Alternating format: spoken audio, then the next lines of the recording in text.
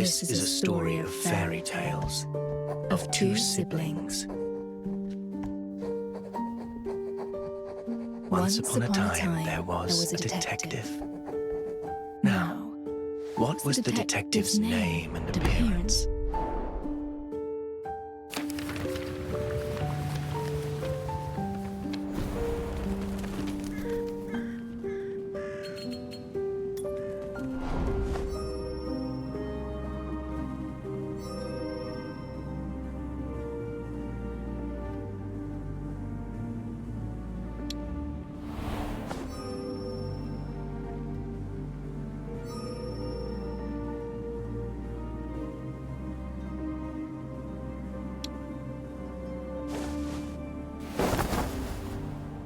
Yes, that's it.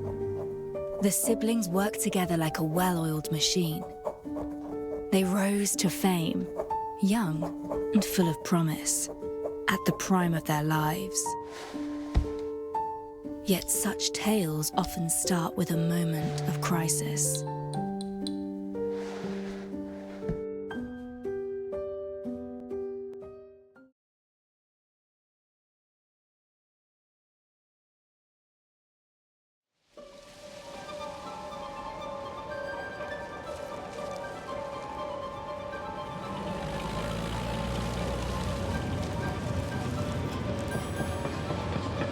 Banquet on the Evermore! Read all about it!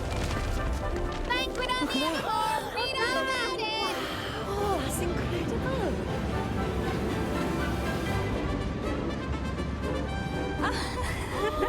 Magnificent!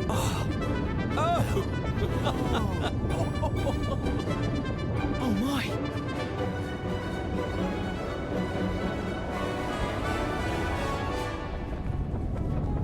Ladies and gentlemen, it is my pleasure to present a truly historic moment.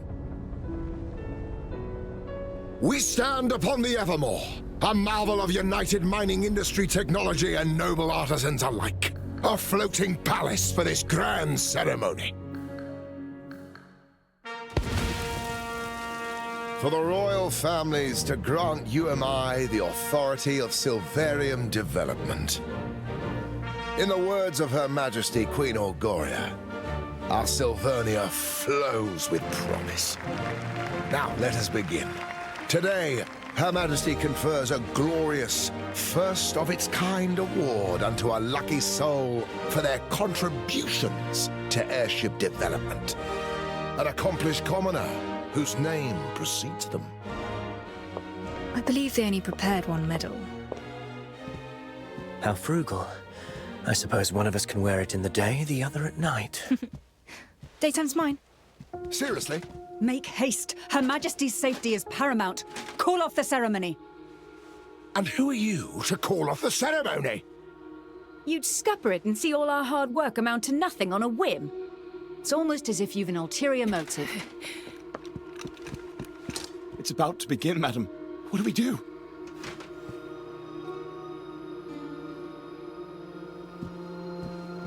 Madam, the detectives from the papers. The most renowned in all Silvernia. I can help.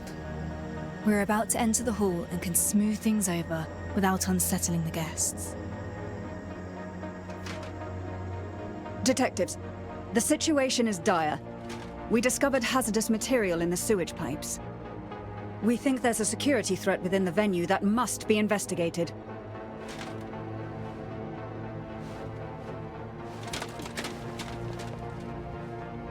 Let's begin.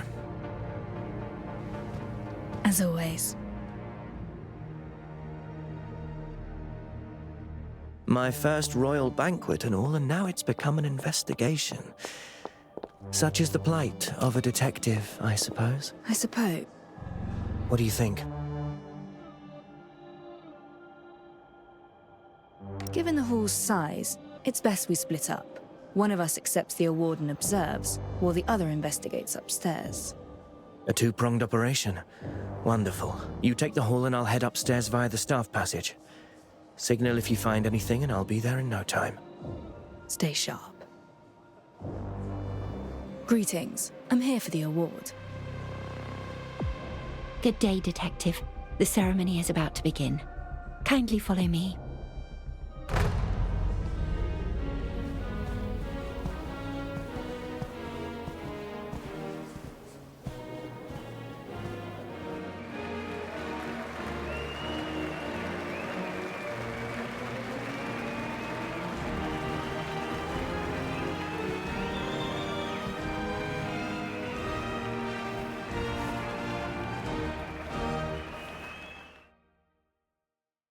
This is a great vantage point. Time to look around and see where to start investigating. A private booth for the nobility's upper echelons. Whatever they're discussing there could be useful.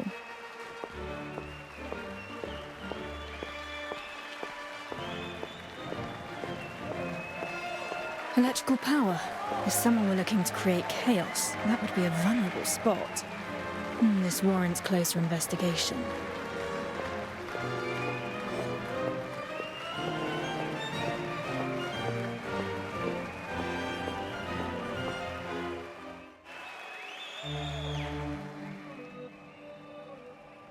The bow houses a core reactor, and the observation window couldn't survive a heavy blast.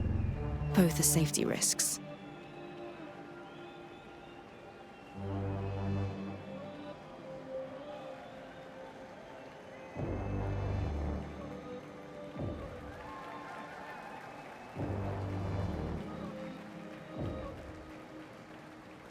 That's her signal.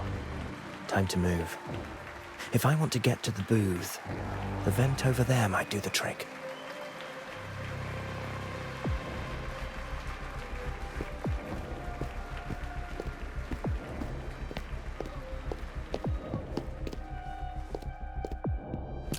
Alas, my partner parades down the red carpet while I crawl in darkness. Honestly, you didn't know? Simply impossible. I should listen in on their discussion.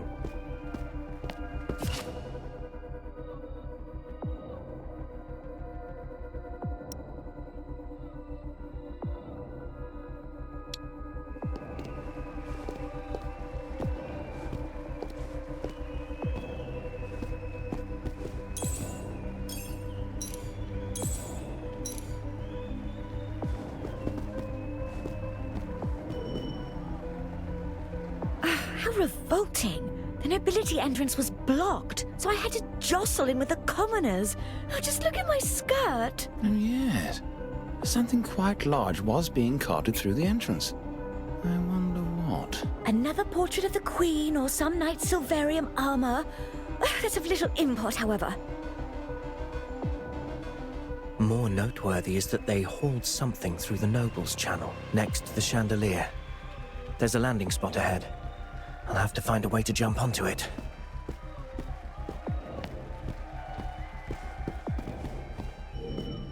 Set with crystals of all manner of designs. The royal coffers run deep indeed. Most intriguing statue. A great hunk of stone given life.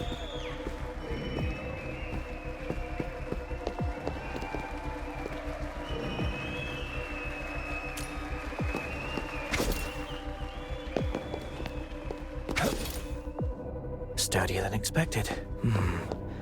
Nothing wrong at first glance. Good thing I've got the revealer light with me.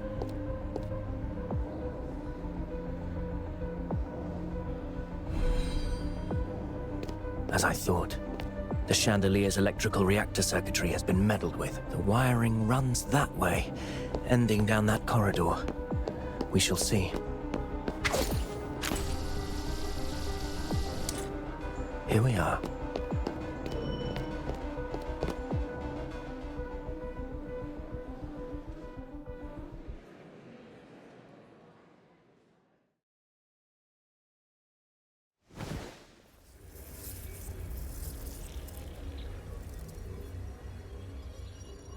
This is it. A rewired reactor set to output immense power. Who could even haul such a thing inside? It's highly unstable. Even the slightest vibration could set it off. Someone means harm, and we can't have that.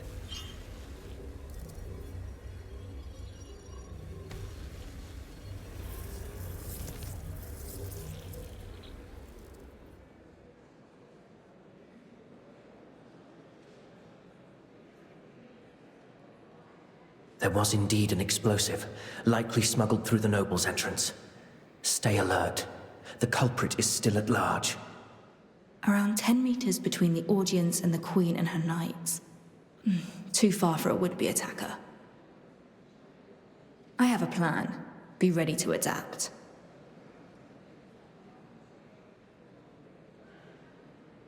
Step forth.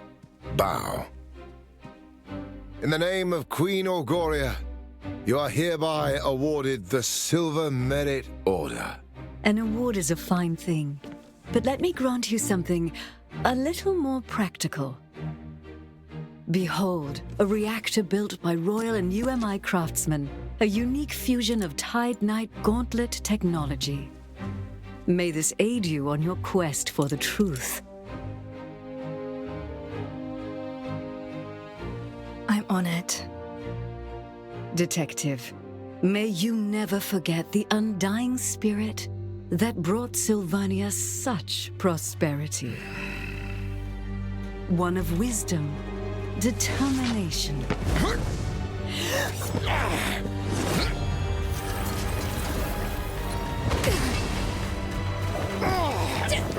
Your Majesty! Impossible! Why hasn't it exploded? Looking for this? Ah, blast it all! Outsiders can never lay their filthy hands upon our founts. Greedy reformists and you am I. You shall be the death of Sylvania! Bravo! What speed? The nerve to threaten Her Majesty! I see I was right to grant you that gauntlet. Move it! Only the purists may protect the founts. The purists.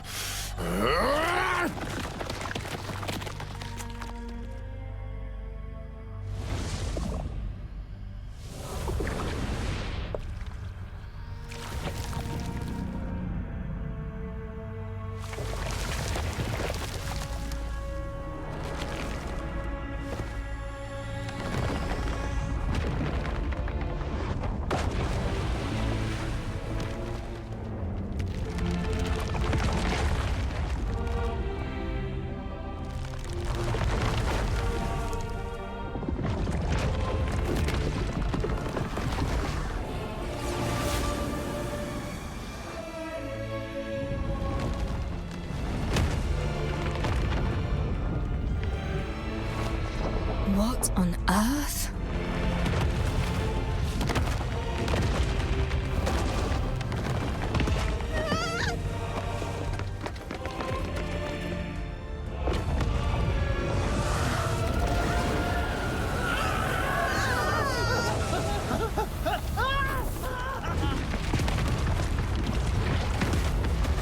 That way! Run! Your Majesty! Queen, she's... Get them out of here! The core reactor. It's spawned forth a huge humanoid thing. Now something's leaking. Could it be Silvarium from the airship's core? The airship cannot take much more. I must eliminate them, and with haste.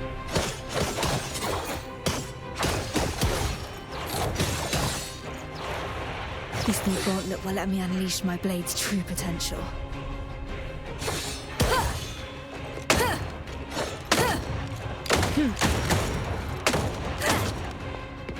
Be gone! These things, they live in Silvarium?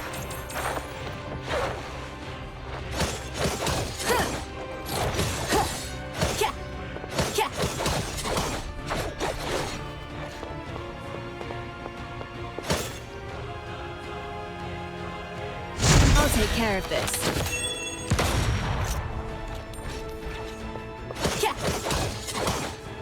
Timing is everything.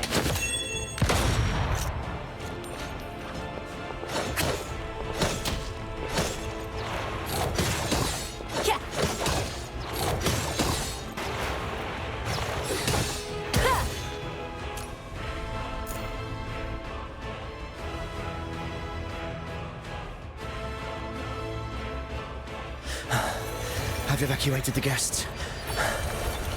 Are you okay? That's a reward from royalty for you. Such power at our fingertips. Saying that does seem to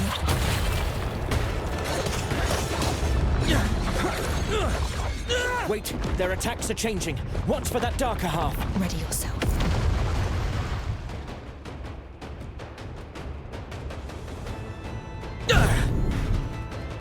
Beware its hand!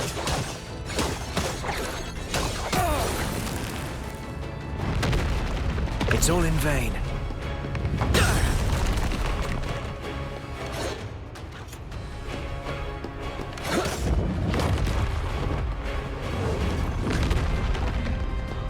It's all in vain.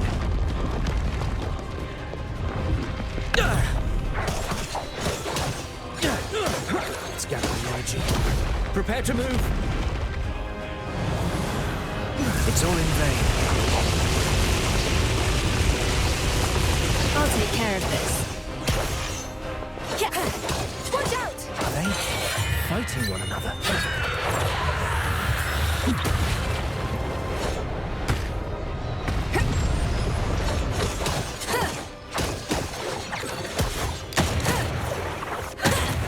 I've warned you.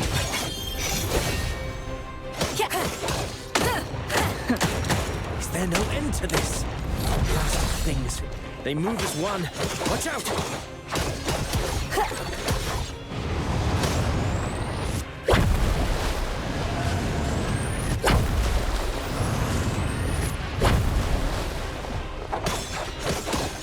They fight, exploit one another, and think.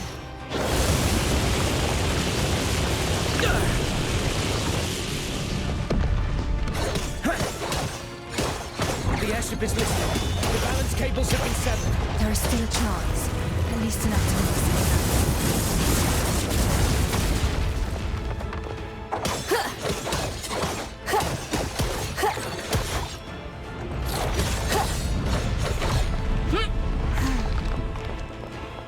Wait! They're taking the high ground! My head feels like it's about to burst.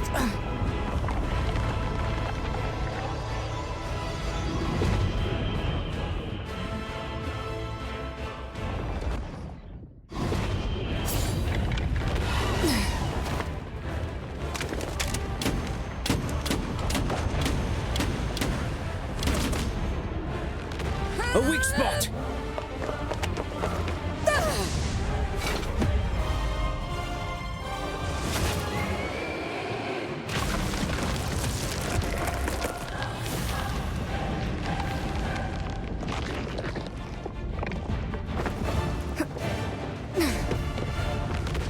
Thank heavens. Your Majesty. The core reactor. We must shut the power off. The control room is at the back.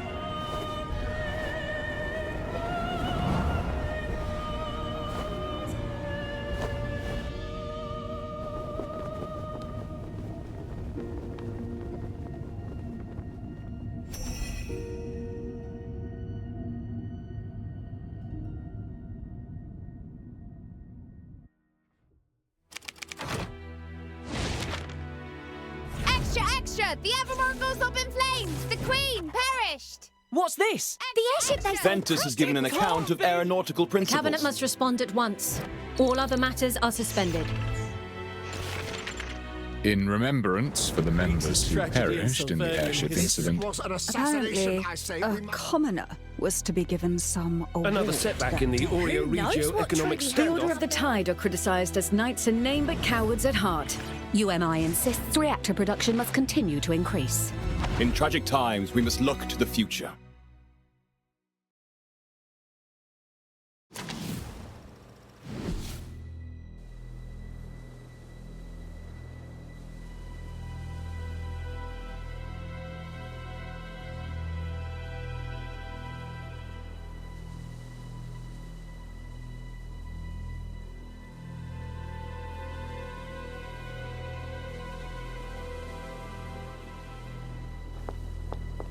I have come to see you, brother.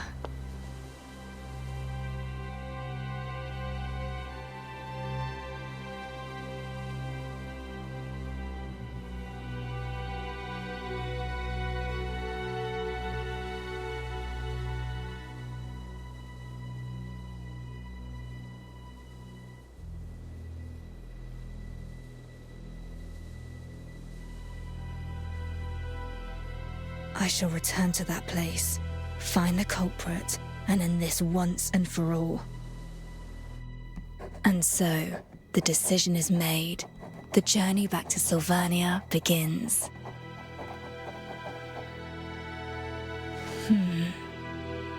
Who shall appear first, I wonder? If her, then it can only be that fairy tale. Like ants, they crouched and waited for the blaze that would consume everything.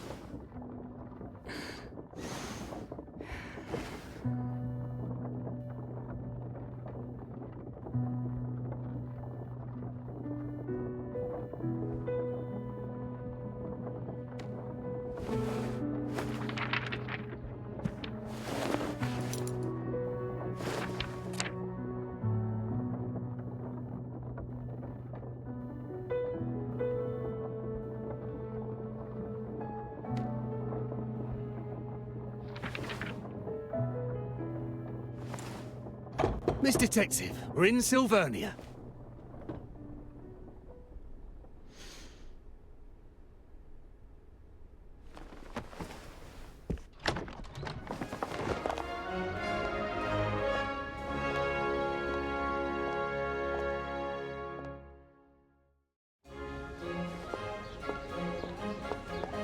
If I recall, the memoir bar should be on the... Cheap books and magazines circulating in these festive vibes, containing articles and words whose truthfulness is doubtful at best.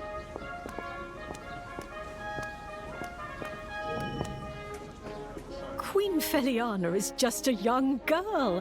Why would they make a child rule the country?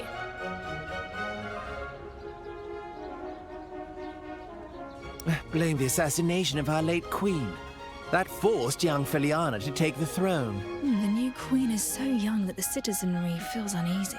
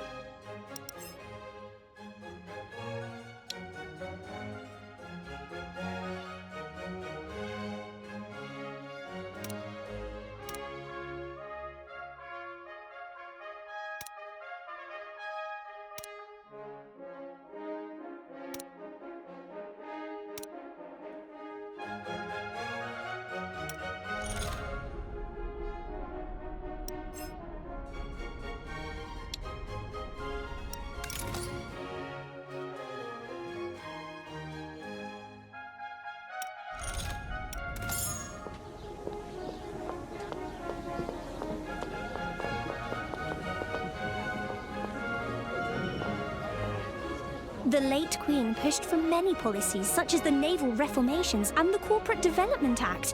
None of them worked. Indeed. When Her Majesty passed on, everything was put on hold. We have no choice but to fend for ourselves. Her late Majesty's death brought key policies and Sylvernia's progress to a halt.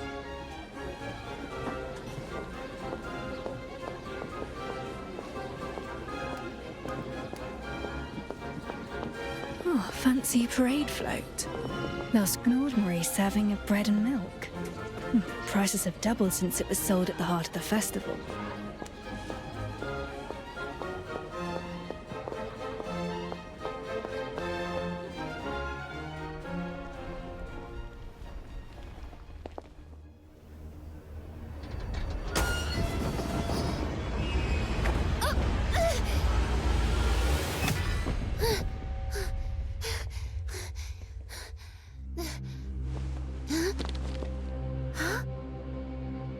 Wait, isn't that the one who... Who is it? The one from the papers. 3 years ago. The one who murdered our late queen. It's the detective!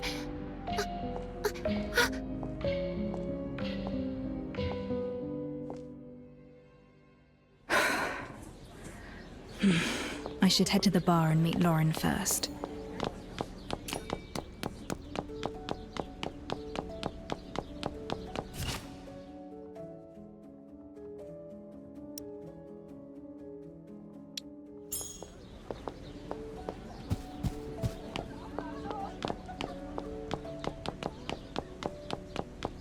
Looks like Lauren hasn't arrived yet.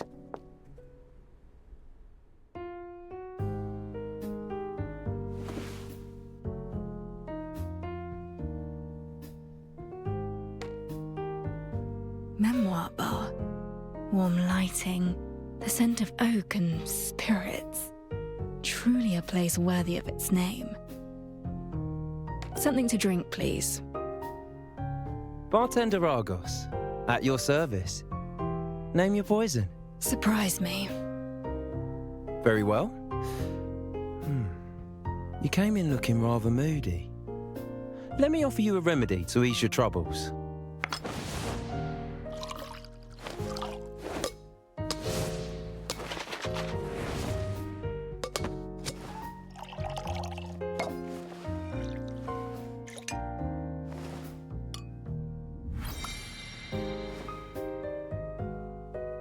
Did it do the trick?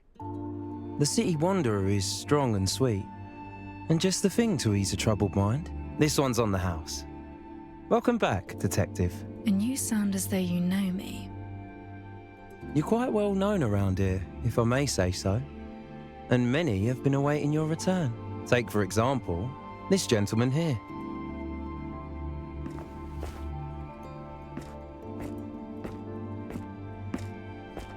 Detective! I knew you'd come. Chief Inspector Lauren, how have you been? Don't call me that. Puts distance between us. I'm little more than a figurehead, either way. We both know the so-called constabulary was cobbled together by the military to keep the streets clean in place of the knights. We're stuck between complaints from the people and those in power, without the manpower to handle anything serious. And based on how things are going right now, I probably won't be Chief Inspector for long anyways. I've heard whispers along the way. The recent surge in werewolf attacks and gang activity has left the citizens uneasy, fearful for their very safety. Aye, we're already hard-pressed as it is. And now a major case lands on our doorstep. This is why I sought you out. Several dead, reduced to nothing but ashes. Strange case. Few clues, no names. The bodies lie unclaimed to this day. So, I'm asking you to step in. Why call for me? The constabulary should have professionals on the case. I believe you. You are the best detective in Sylvernia. But Sylvernia isn't the best city. What is this? I came back to look for the one who killed my brother. You mean that incident from 3 years ago? But the airship crashed and all the evidence was lost. Even the Crown has stopped the investigation. I have one last clue. The bullet that killed him. It bears a special mark. I will chase down this mark and find the one behind it all. Can I?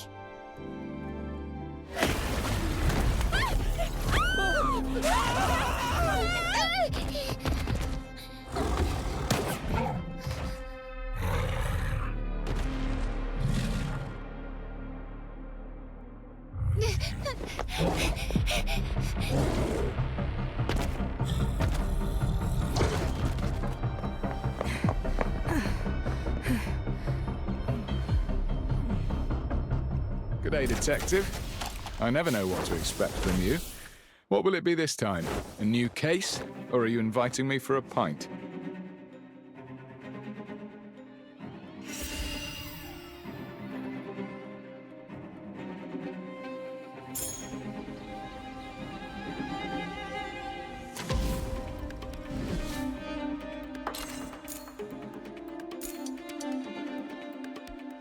I'm not a babysitter. Blast it! It's...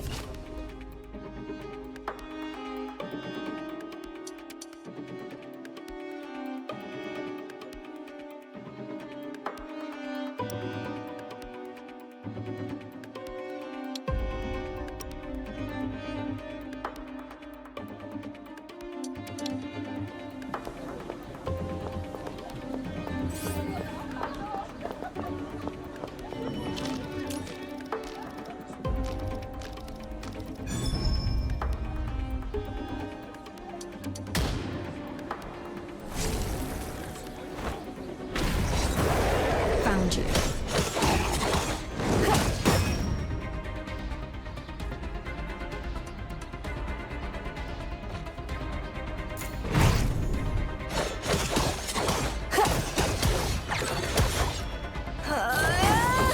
I'll keep him off your back.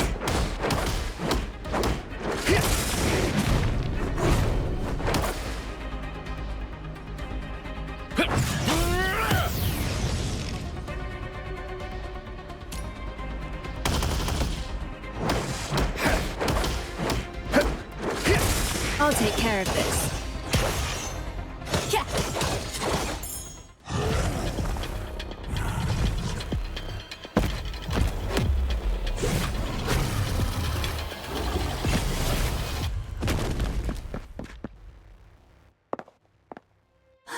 I thought I was going to die here. It's the detective! The detective revealed the werewolf! I saw it all! They just need a bit of guidance. I never meant to change Sylvania. But you are. Thank you, detective! Many thanks. Thank you so much.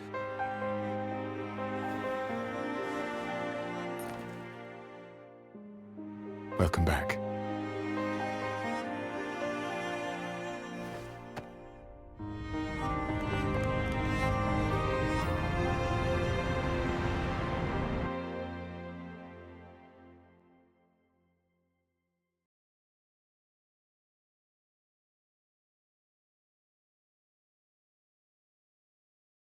Okay, time for today's plans.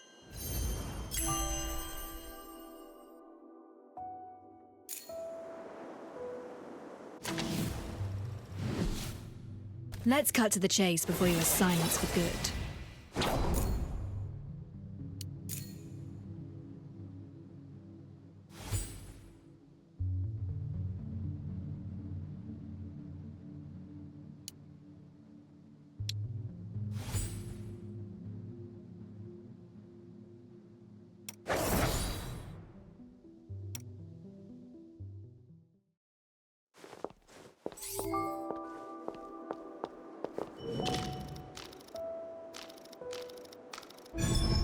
Got you.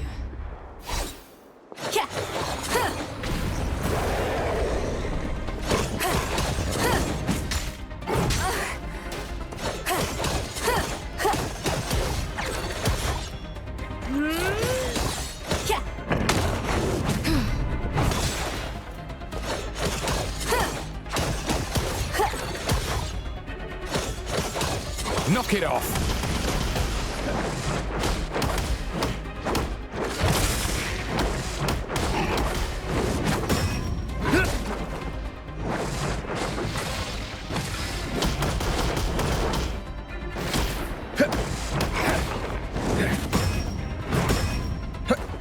You want to beat me at my own game? Dream on!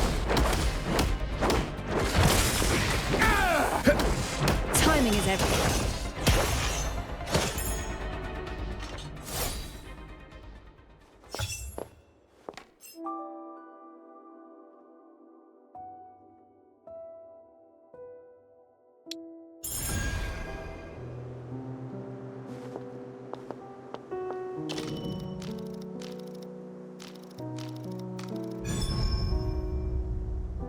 Got you.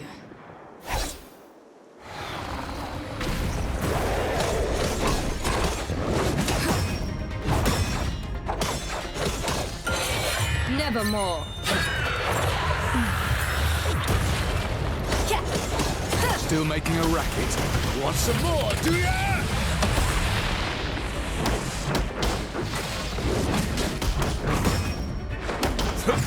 Watch and learn! I'll take care of this.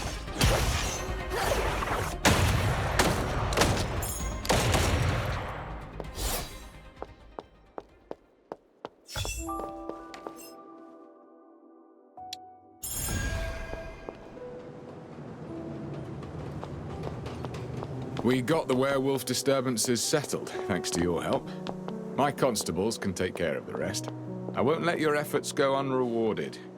Feast your eyes on this brand new Silverium Pegasus. They say it's an experimental vehicle from the Knights. Given how you're always out and about investigating cases, I figured it might come in handy. Silvernio's changed a lot over the years. Feel free to look around or just rest your legs. Come find me at the restaurant on the next street when you're ready to talk about that case.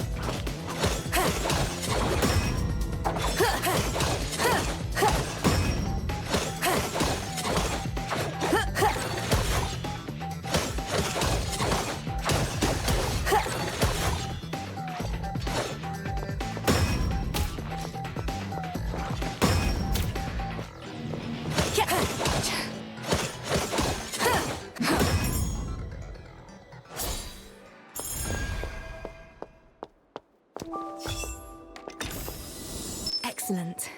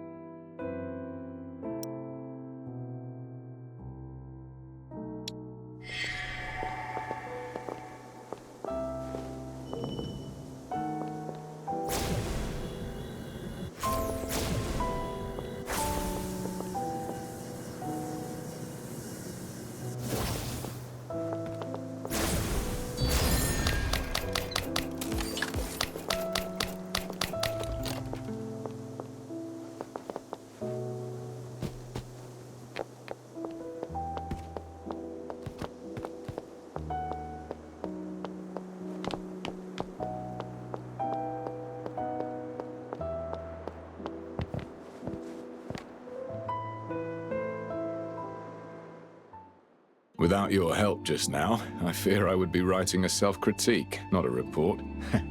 Ready to help me out of this mess, Detective?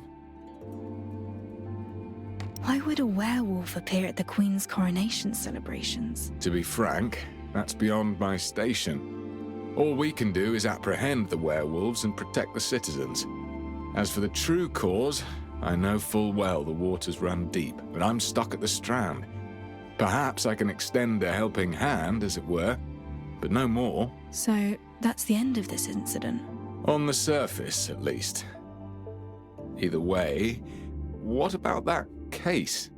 Have you thought it through?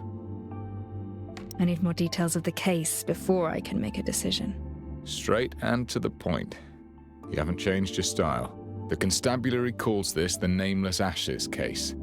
So far, we've tackled it from multiple directions, but made no breakthroughs. The only thing we know is the situation at the crime scene. Everything is recorded in this file. Several months ago, a fire broke out at an abandoned building in the suburbs. A nearby resident reported it after seeing smoke. It was the dead of night, and I was still at the station putting in extra hours handling other matters.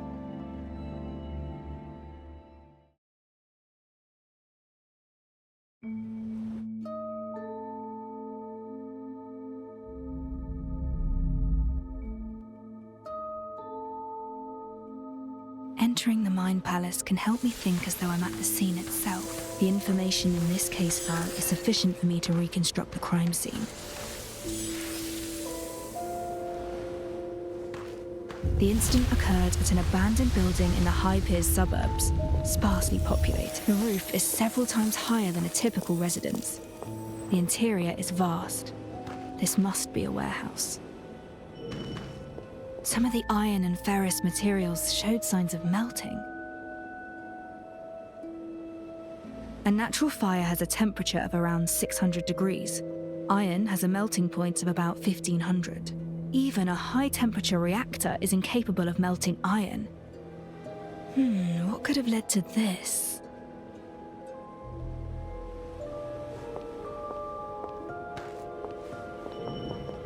Several bodies were found inside. All the corpses were severely damaged by high temperatures. No way to determine their age or identity. The bodies are clustered, suggesting they had been seated tightly together before death. They were connected somehow. They were here for a reason, whether of their own accord or otherwise. Some of the bodies bear unusual markings, each wound over 3 millimeters deep. That's the mark. The same markings as on the bullet. This case is related to those behind the airship attack.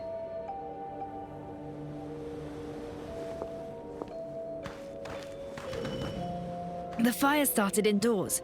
Pieces of a reactor were found nearby. The fire started right beside them, yet no one tried to put it out. If they didn't set it themselves, it means they were already incapacitated before the flames even began. The crime scene is badly damaged. Key areas are littered with debris and ash. There's little to glean from it. What's that? The ash doesn't look right.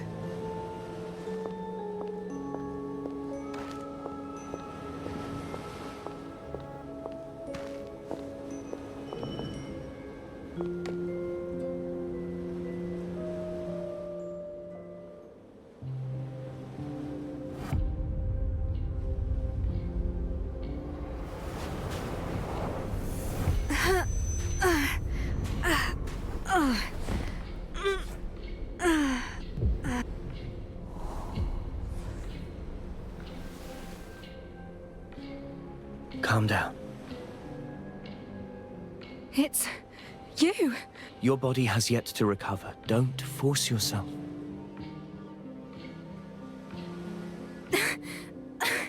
No. It'll be all right. Remember what we talked about. There's always time.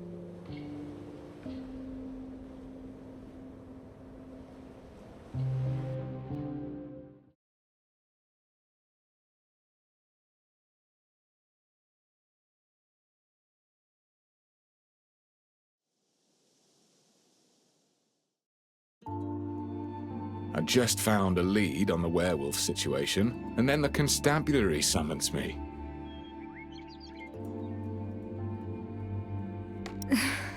I'll take it. Just like that? Hey, what's the matter? This case is a clue that I'm interested in. I'll accept the investigation. No, I'm asking what's wrong with you, physically.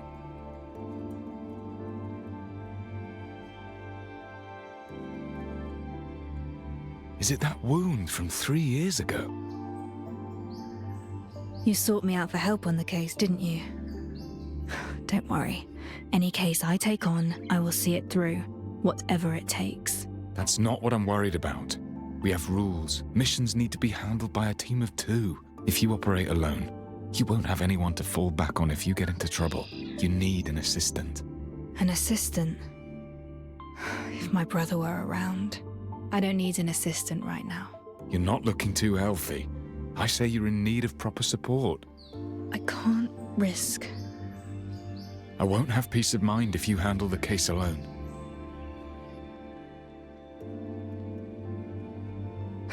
Fine, but I have my own requirements for an assistant. I have experience in recruiting constables. Tell me what you need. Trust me. I'll get you what you want. I need an assistant capable of leading an investigation independently. Preferably someone who's helped solve a few landmark cases. Oh. The constabulary knows how to handle cases, but most are related to street gangs. We do have plenty of brawling experience. I need an assistant well-versed in criminal investigation. Preferably with certification from the Royal Academy. The Royal Academy. I probably don't have the connections for that. The only ones I know at that caliber are you and your brother. Come on, can't we just lower the bar a little? They should at least know how to read and write. That I can do. Head back and get some rest. Leave it to me. We'll have the results by tomorrow. Thank you. I should be the one thanking you instead.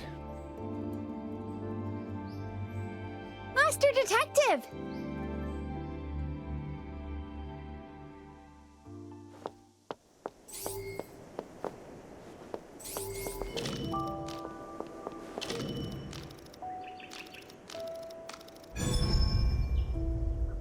Got you.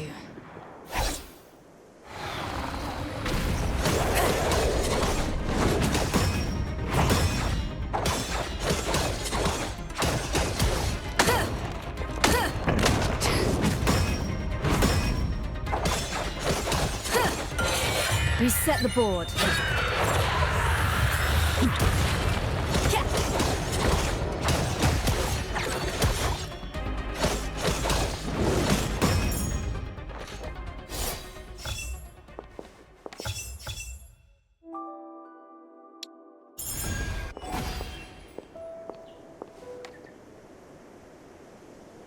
Master Detective!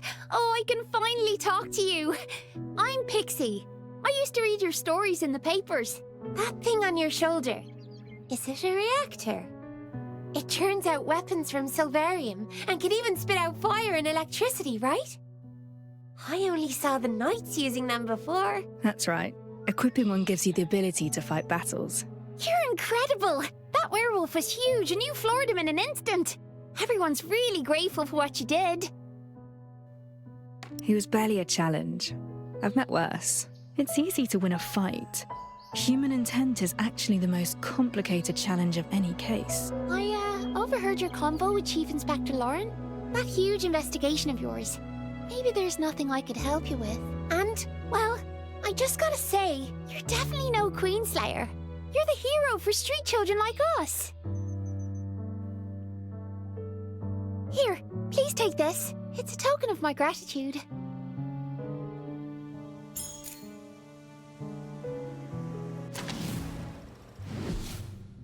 Let's cut to the chase before you are silenced for good.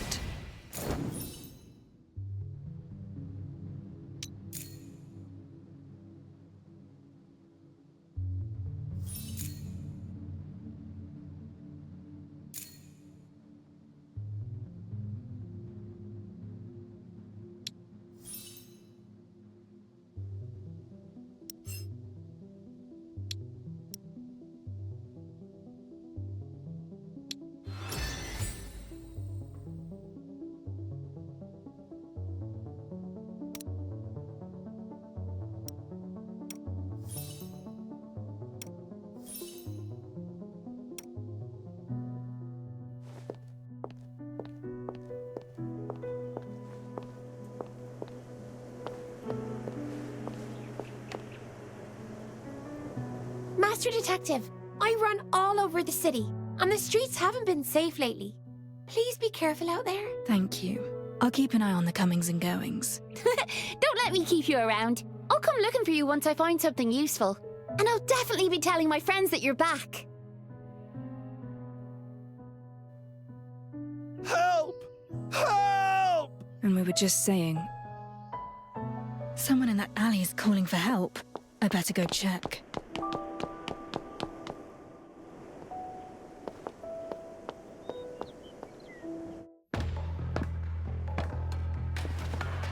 The gang, I suppose you're working with a werewolf messing up the parade.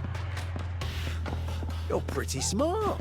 So why didn't you get yourself acquainted with the people who run this turf? We'll educate you, all right. You'll learn who calls the shots in these parts.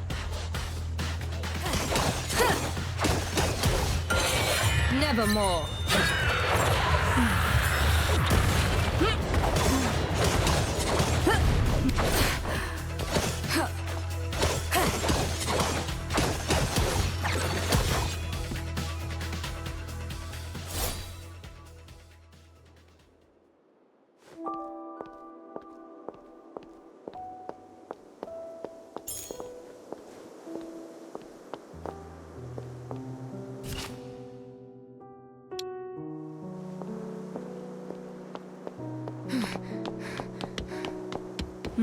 Done and dusted. I certainly didn't expect gang activities to be so rampant. The office is behind this building. Time to head back. Oh, some kind of reactor-driven micro-locks. Reactors seem to have grown more popular over these 3 years.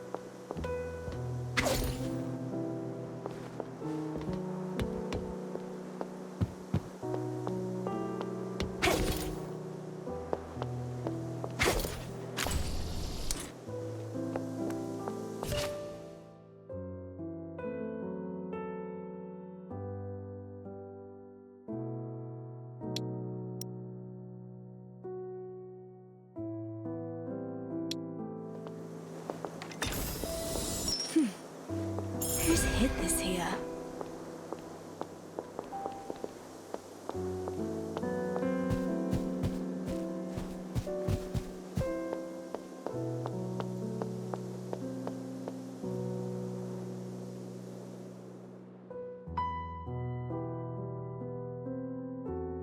Stats. It's been a while.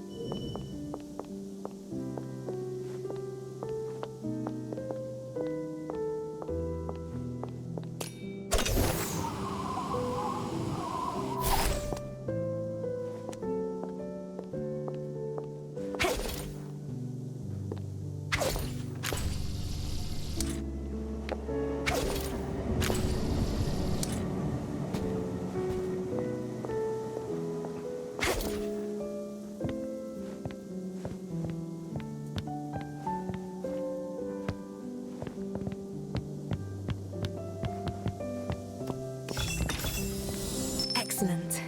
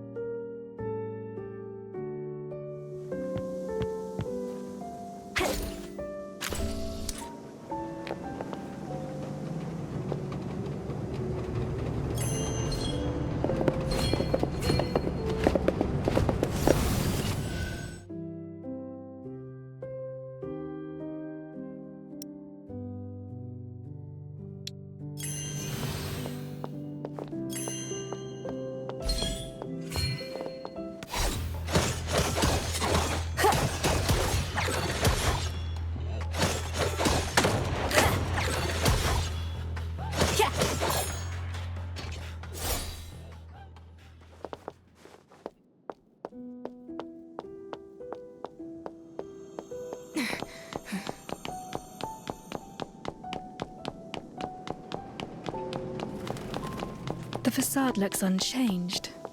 I hope it isn't a wreck.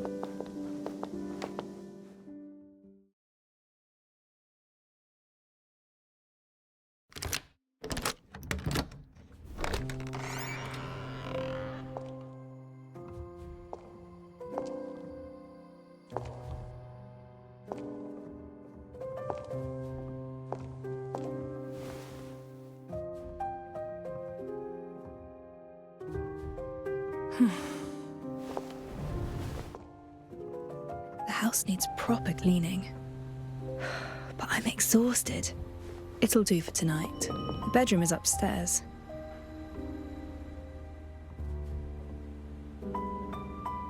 An old photograph from the best of days. We were utterly unprepared for the incoming disaster.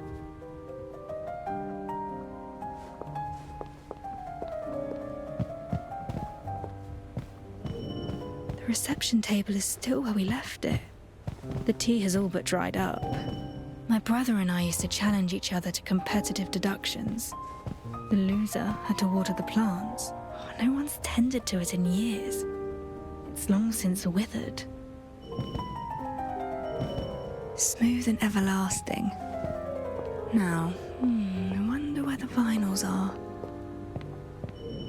Just tabloids and ungrounded gossip. Even an incident like the airship crash could be forgotten. Dirty windows. One can hardly see the outside through them.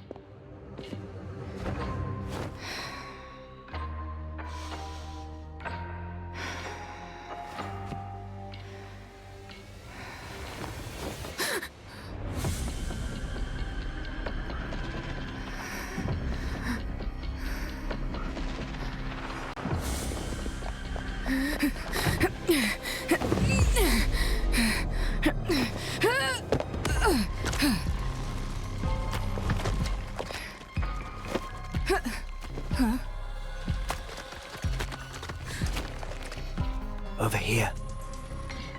Brother?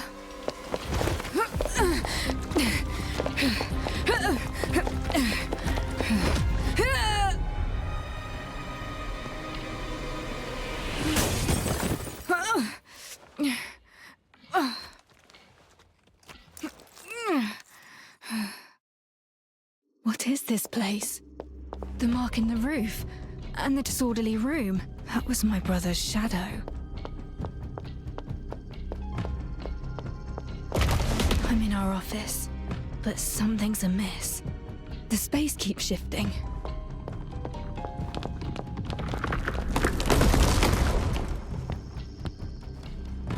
This again.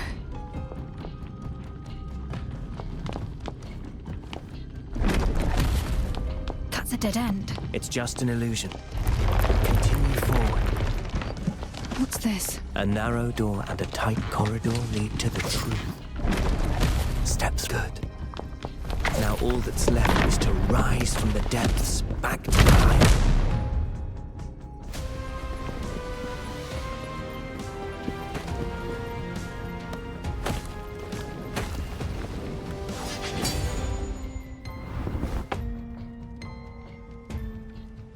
Time to strike back.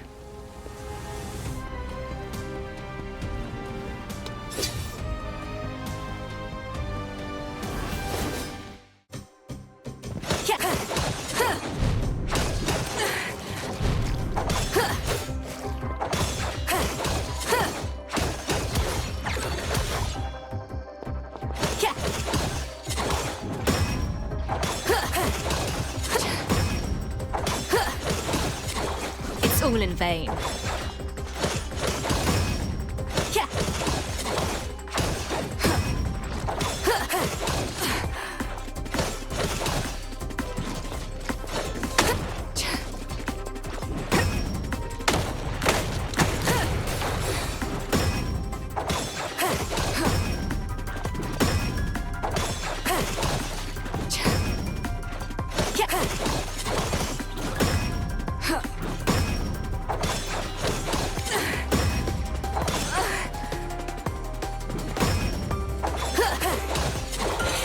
Reset the board.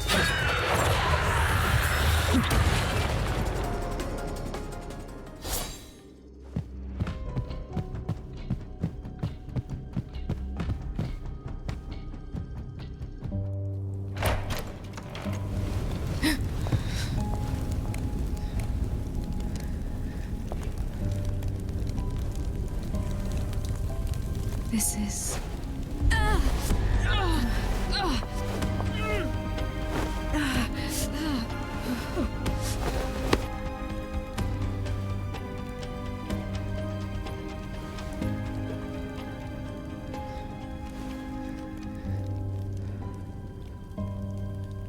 You being here means that you've realized the truth.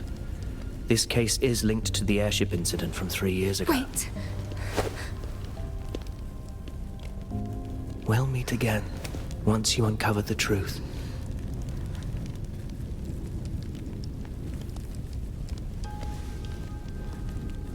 That's...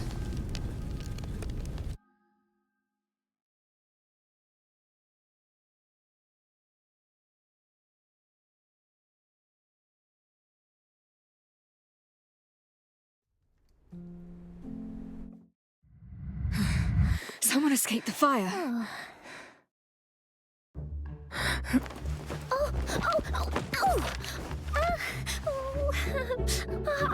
I'm so sorry.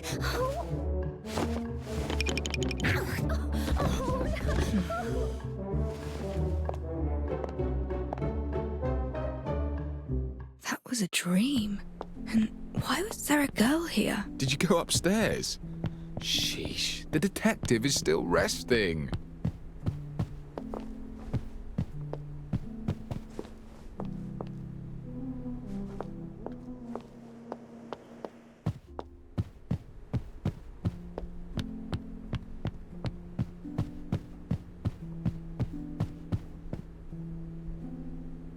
Morning, Detective. How did you sleep?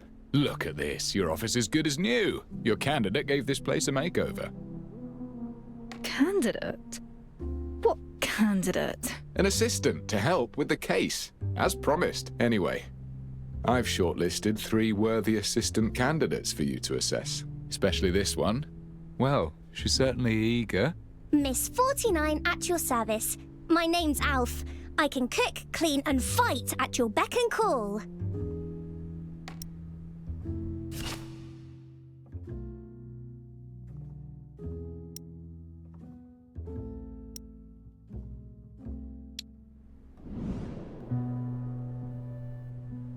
the name tag.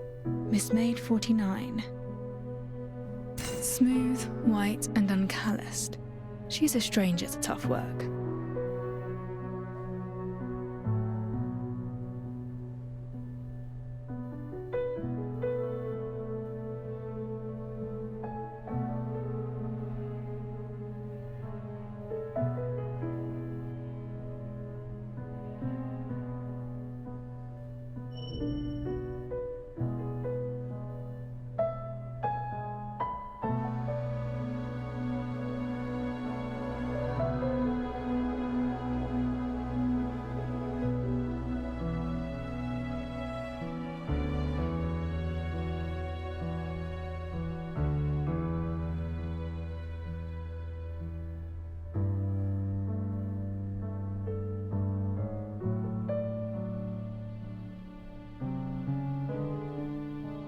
Brand new reactor. Hardly used.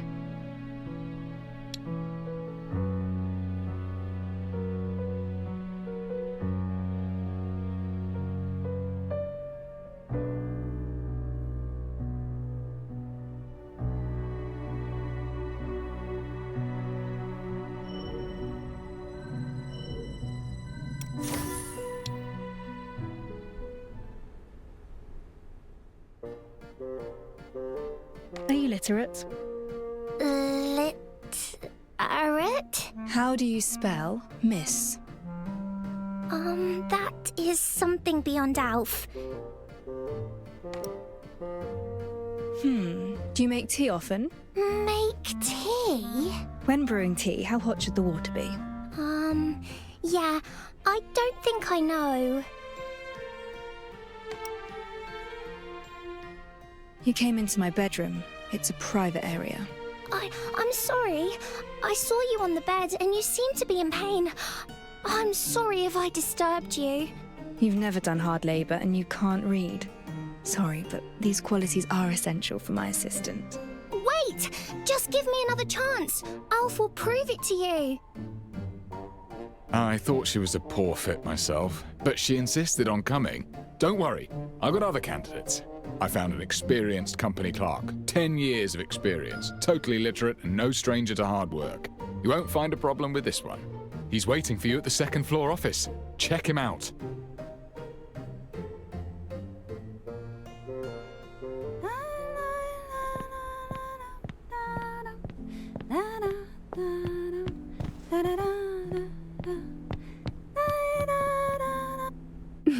I came up with plenty of names for our duo.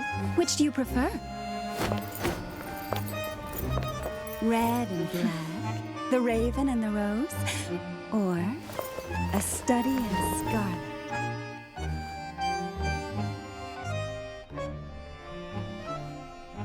What are you talking about? Do I know you?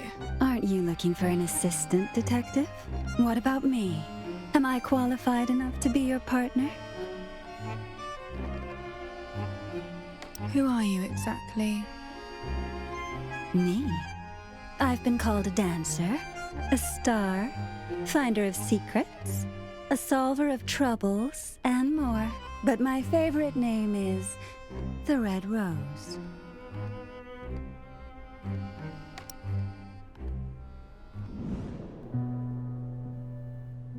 A hidden miniature reactor made to look like an ornament. She's likely capable in a fight. A razor-sharp concealed weapon. She is literally armed to the teeth. A gun belt beneath her skirt. She's armed and the weapon is always close to hand.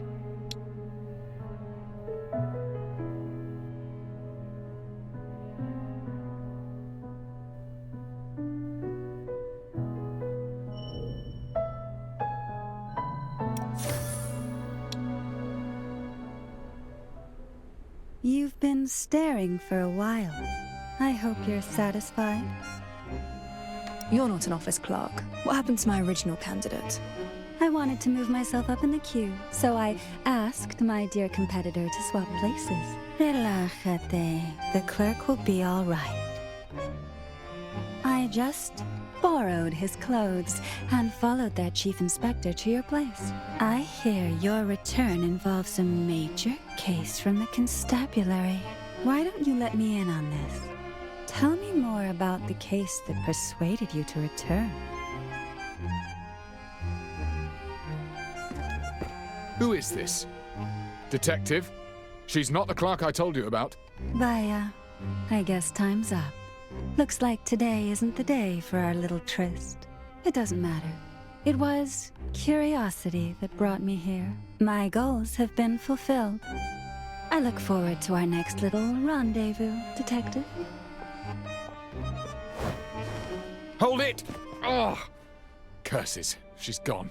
But the candidate, Detective, what happened to our clerk? She disguised herself as him. She did what now? You must be kidding me. Do we have another candidate? Well, we do have one more, but maybe we should call it a day. I'll find more candidates tomorrow. Are they here already? Yes, on the first floor, but this particular one doesn't seem like a good match. I'll take a look and judge for myself. From the state of things, looking for a proper assistant seems like quite a challenge. These blue eringos match the office's hues perfectly.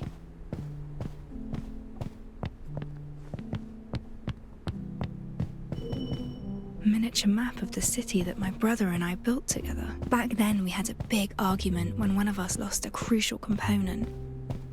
We grew up and lost way more than that. The first floor was a mess yesterday, but someone has wiped the windows spotless.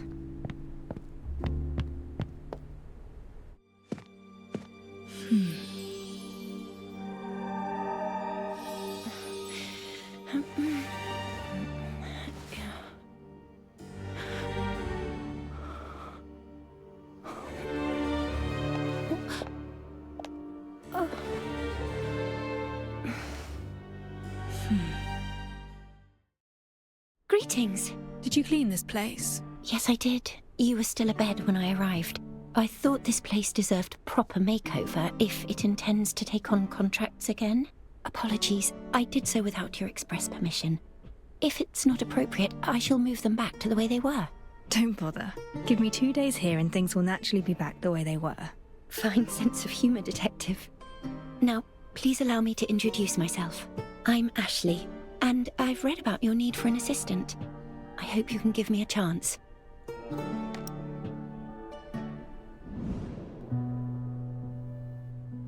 Combed and groomed for the interview. She's not carrying a reactor. Bandaged hands. Calloused. She's done plenty of tough work. A very worn skirt. The owner must be frugal.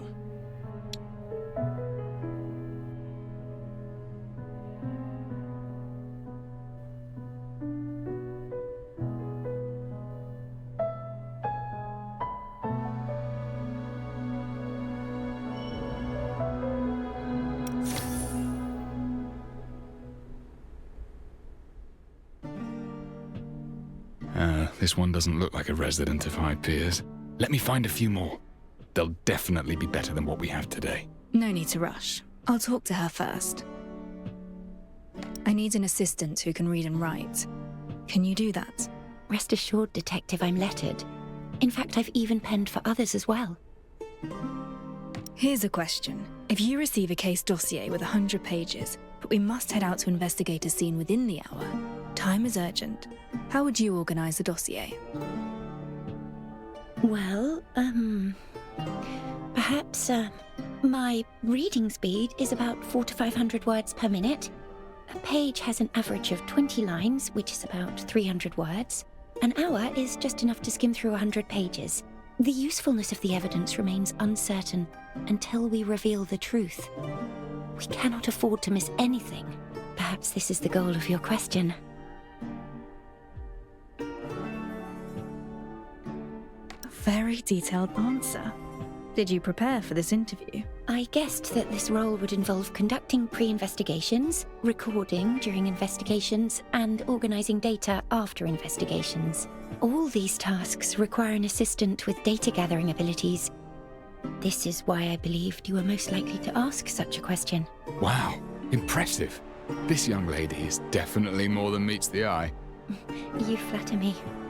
Need I demonstrate the speed of my reading and note-taking skills? Apologies. Is it that time already? I should have noticed. You must be exhausted from all these interviews. There's a decent cafe in the next street. Perhaps we can continue our conversation over a simple meal. Then I shall wait for you there. Not just a poor girl from the Gravelkin. This one turned out to be pretty reliable. I can finally set my mind at ease. Enjoy your talk. I'll head back to the constabulary.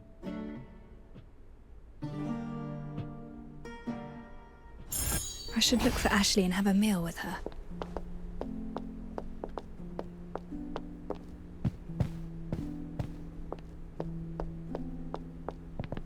I see everything.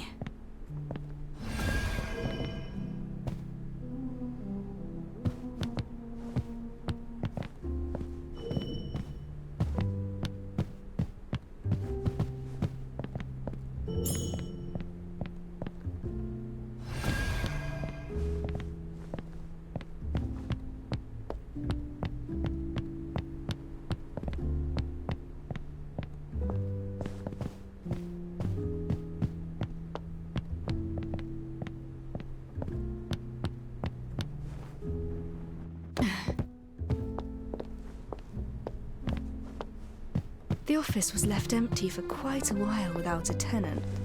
Perhaps the location is far less attractive than what people say.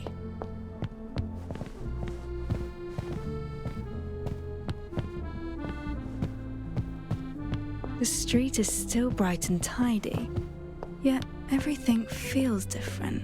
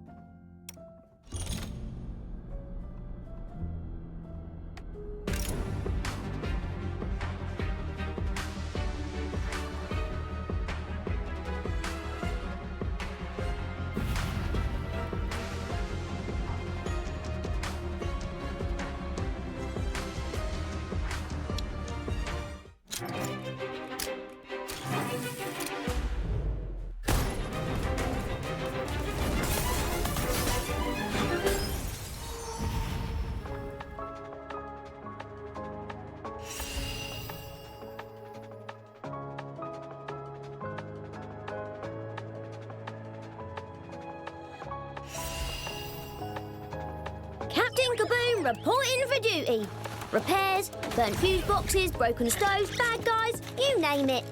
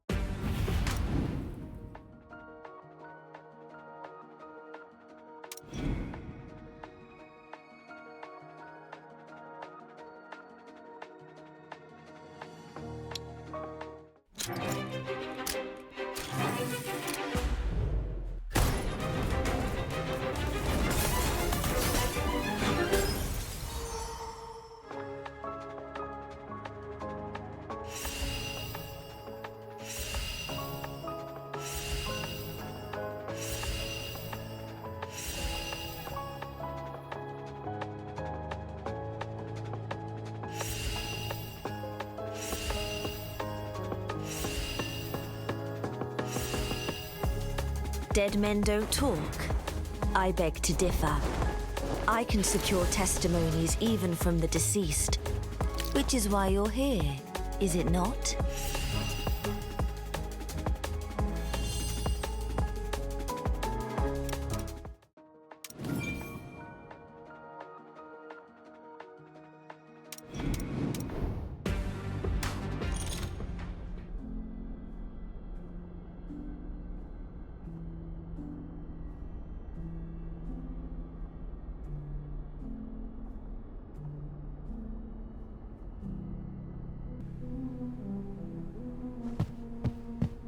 The street is still bright and tidy, yet everything feels different.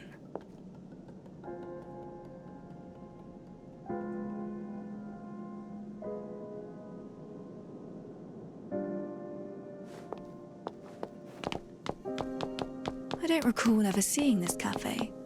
Must be new.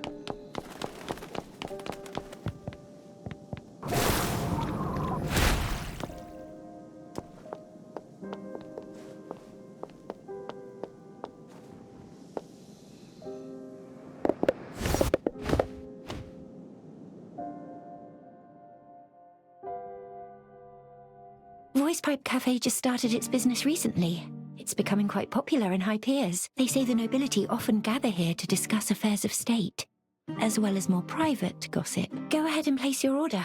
I won't need anything, though. I've eaten already.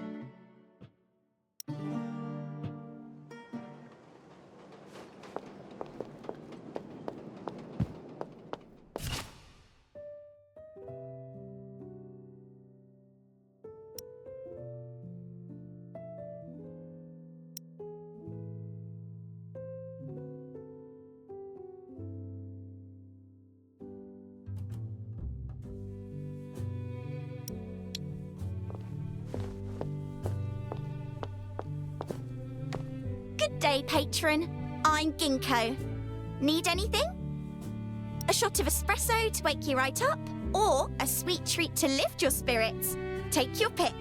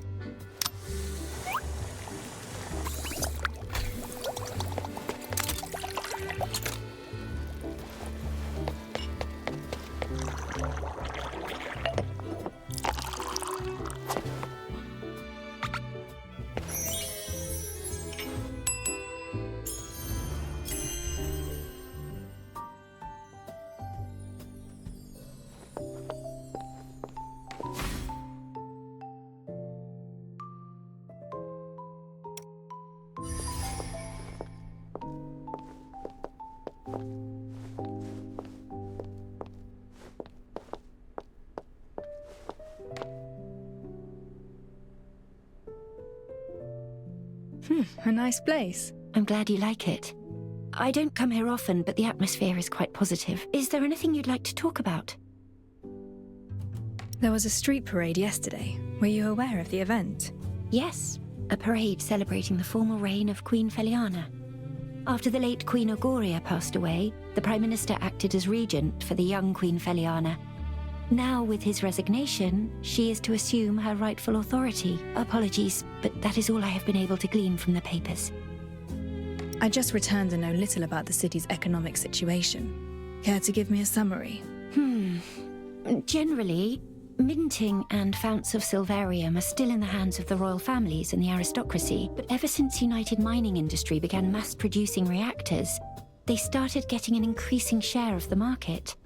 UMI is now a major contender with the old nobility. Some say it's a journey towards a new age. Others... I must sound foolish. Everything I told you is just one-sided heresy. You seem quite young. Nevertheless, do you have any other work experience? I'm afraid not. I just recently graduated. I know I lack the technical expertise of your previous assistant, but I studied many of your famous cases. I hope this makes up for my shortcomings. You're fresh out of school. Why choose a job like this? Well, I've always had a passion for criminal investigations. I studied your cases and became quite an admirer. You fight to reveal the truth and provide justice for the common folk. What's your expected wage? None required. I don't want money. In exchange, I hope you'll help me unravel a mystery. I spent ages looking for you, and you're here. I couldn't believe it when they said you're back. Why, you're already recruiting an assistant. You want an assistant, but skip me. I'm heartbroken.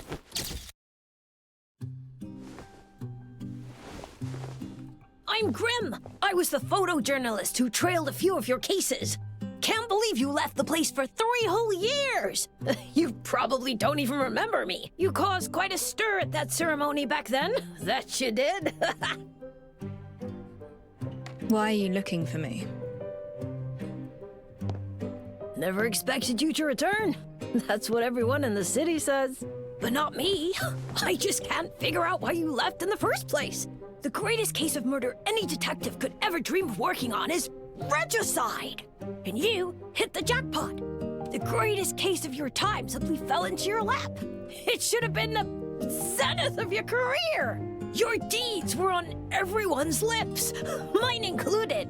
I thought you'd go down in history as a living legend. But you closed your detective's office and just strolled out of the city. What were you thinking? Not everyone enjoys being the topic of the day. And please watch your manners when speaking to the detective. You're that new assistant. And yet, you look eerily familiar. Oh well, miss, let me give you a piece of advice. Get another job. Otherwise, you'll also die in pretty horrible ways. Interested in knowing what happened to the last one?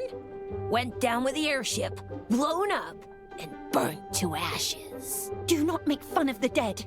Oh? She's right. You should leave. Come on! You don't have to be so mean. Well, whatever. After all, I'm about to leave my mark upon history. I will write the greatest story ever. It won't be tabloid gossip or PR material for the UMI. I'll be writing a piece of real news. Just you wait, detective. I'll show you.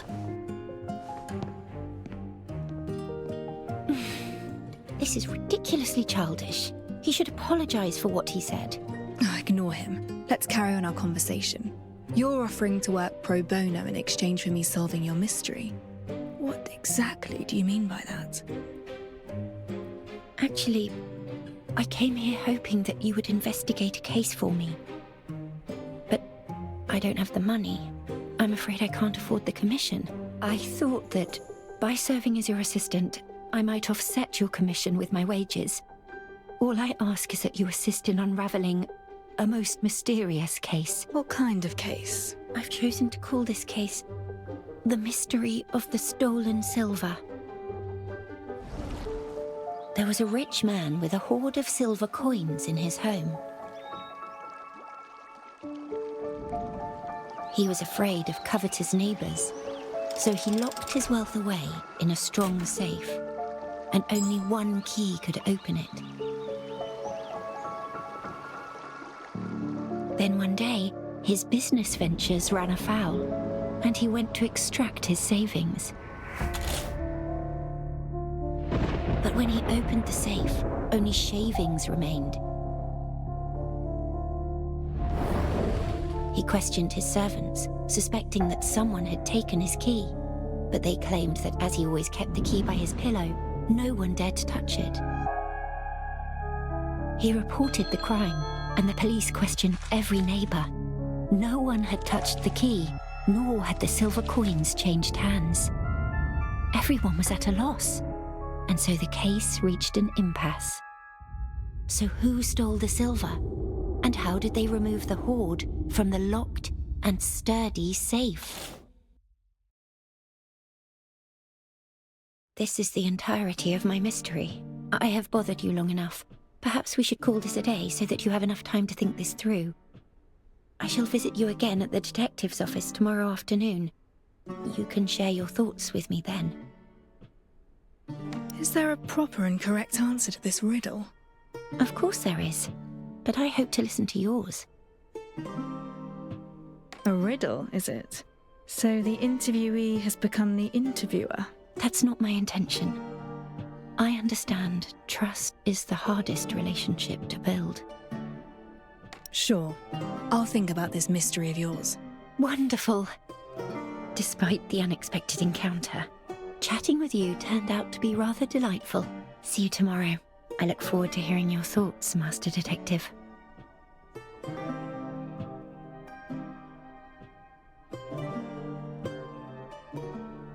Mystery of the Stolen Silver. A rather interesting name for a riddle. I can give it some proper thought once I'm back at the office. Nobility figurehead or slayer of nobles. House Flora can't seem to stay out of scandals these days. This author seems familiar somehow. If memory serves, their recent articles have all been aimed at criticizing the nobility. Someone from UMI, perhaps. I see everything.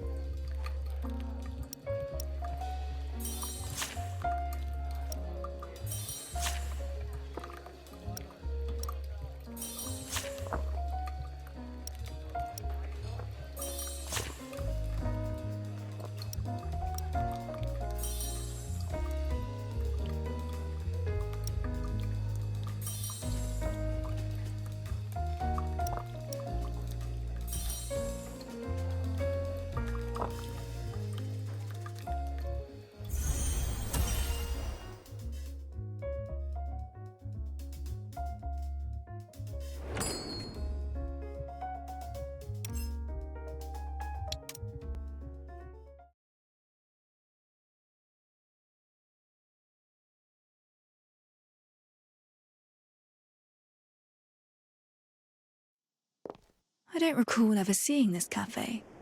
Must be new.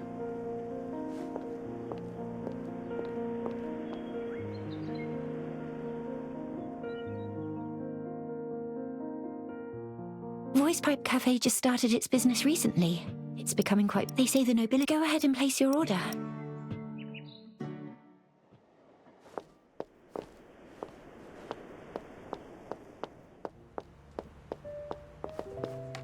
day, patron. I'm Ginkgo. A shot of espresso to wake you right.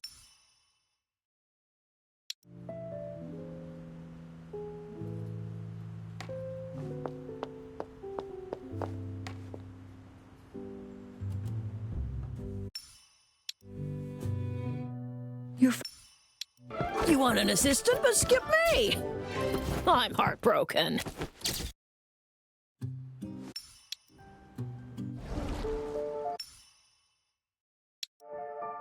This is the entire... Mystery of the Stolen Silver. A rather interesting name for a riddle. I can give it some proper thought once I'm back at the office. Put on a display in the middle of the street like some common fair. I can hardly believe the Crown has abandoned the invitation-only tradition.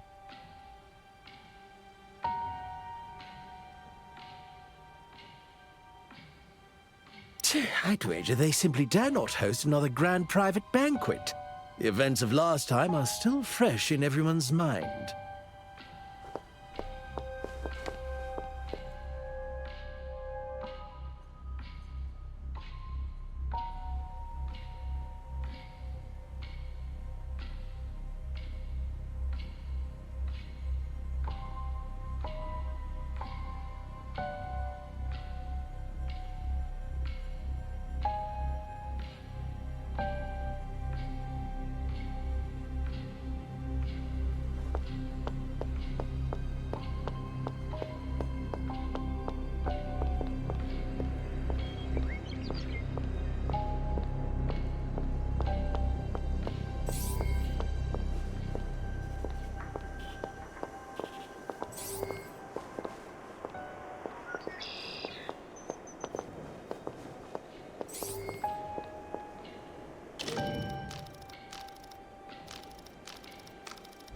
Got you.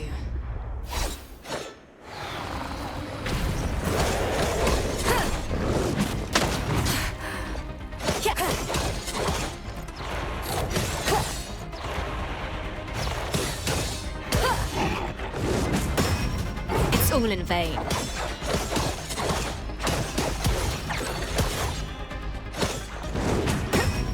It's all in vain.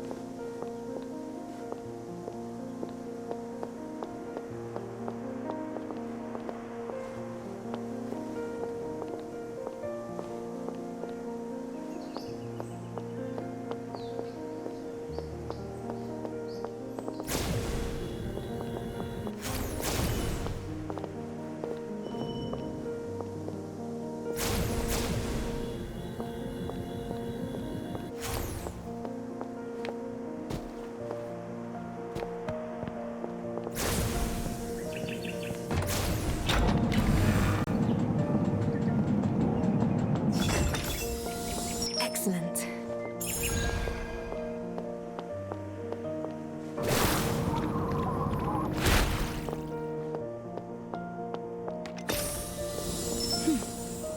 Who's hid this here?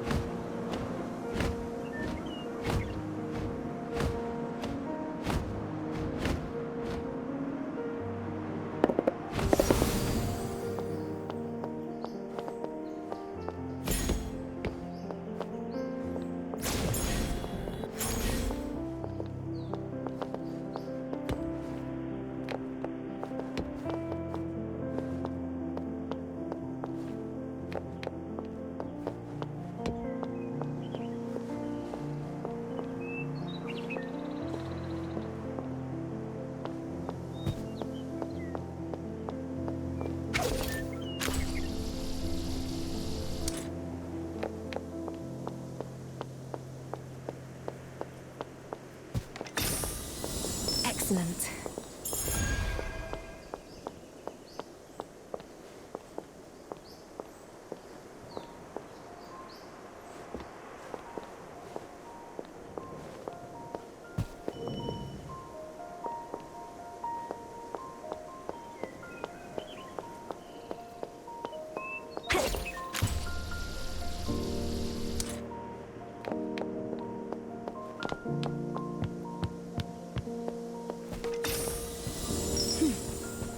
Who's hid this here?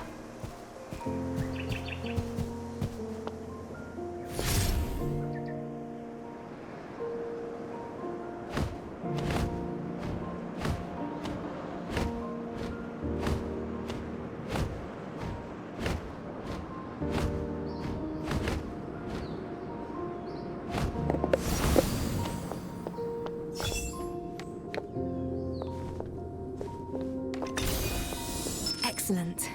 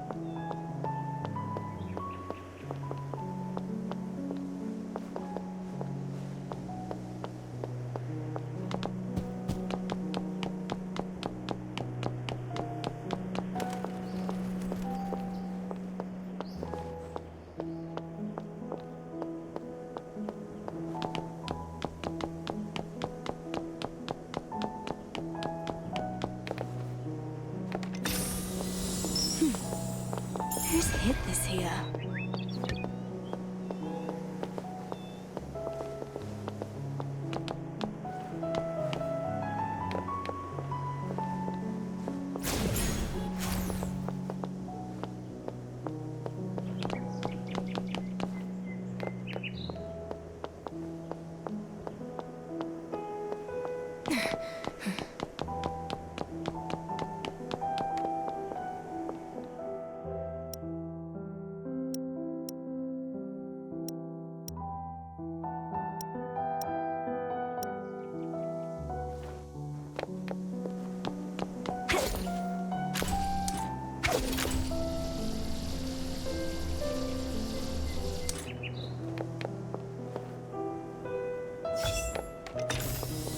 Excellent.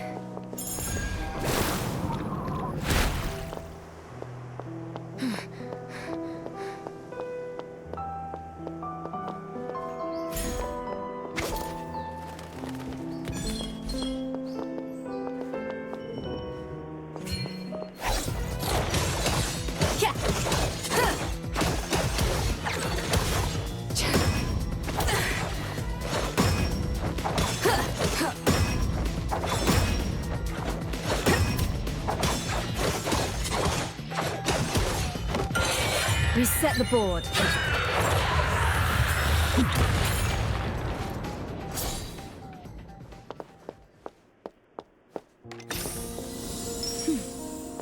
Who's hid this here? Excellent.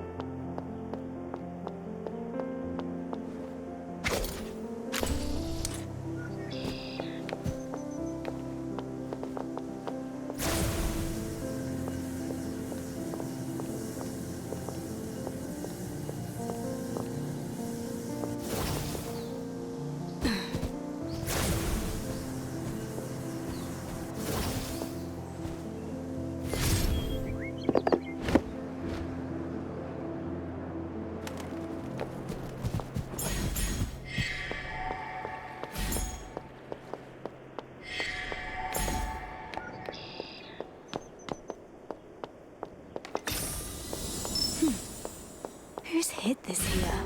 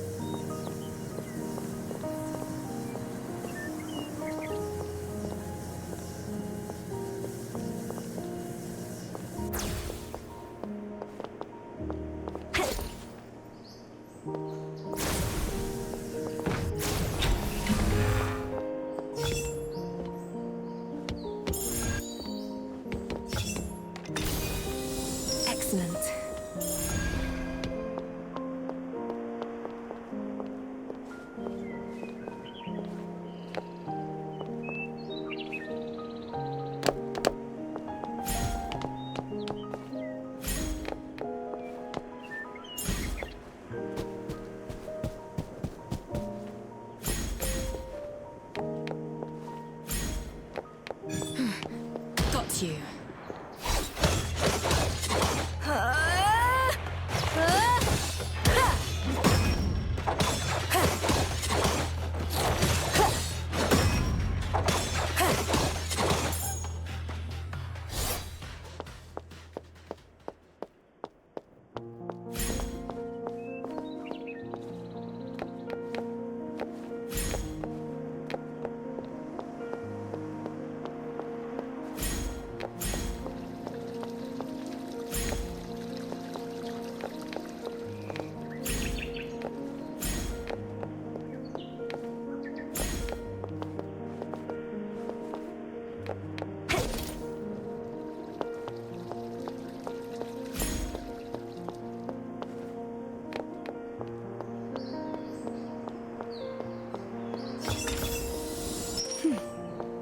Who's hid this here?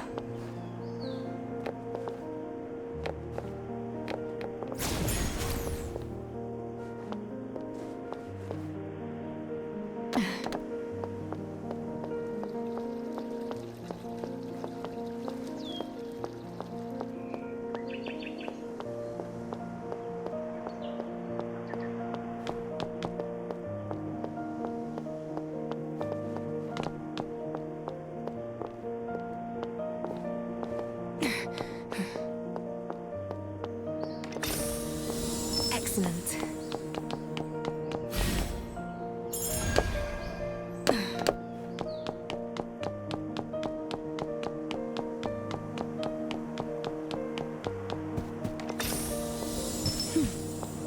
Who's hid this?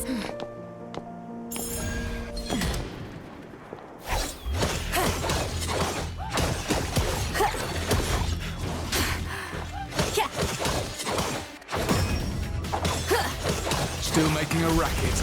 Want some more, do ya? You want to beat me at my own game? Dream on! Watch and learn!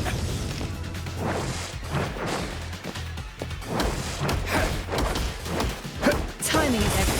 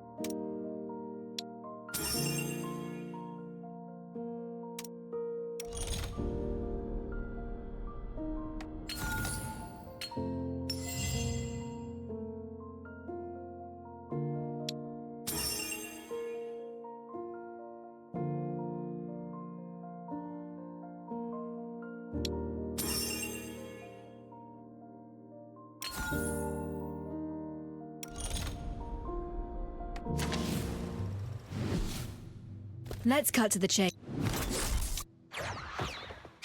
People say kabooms bring bad news, but...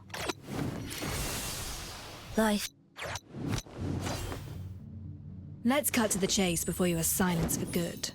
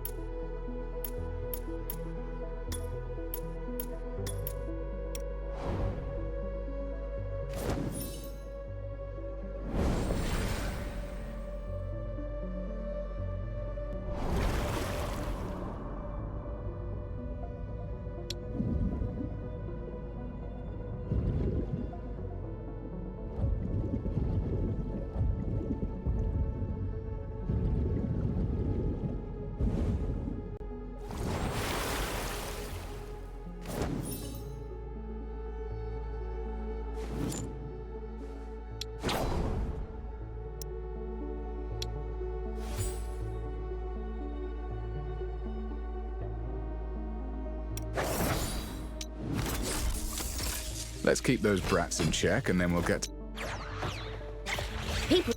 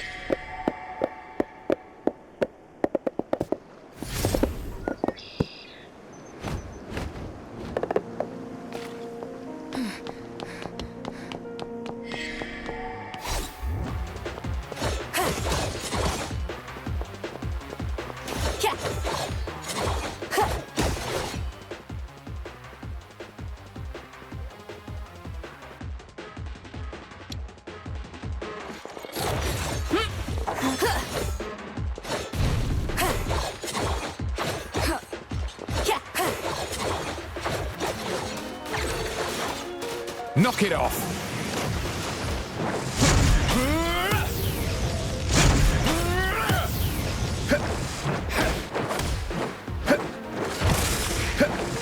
I'll take care of this.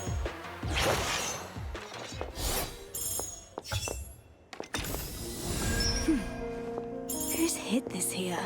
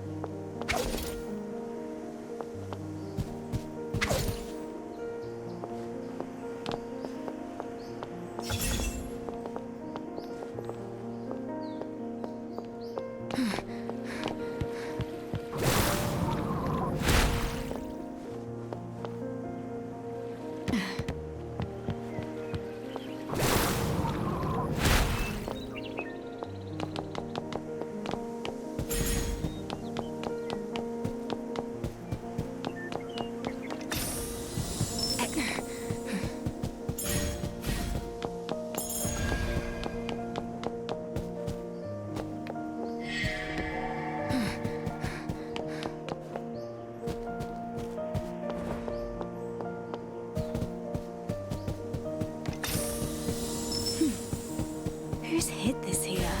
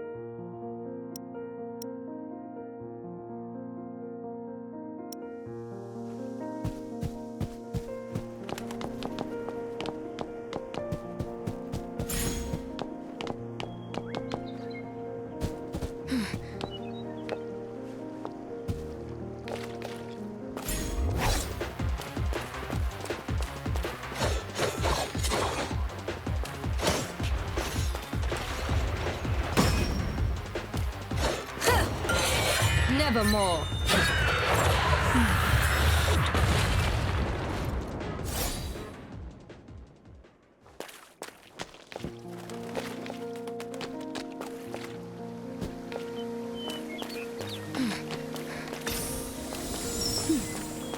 Who's hid this here?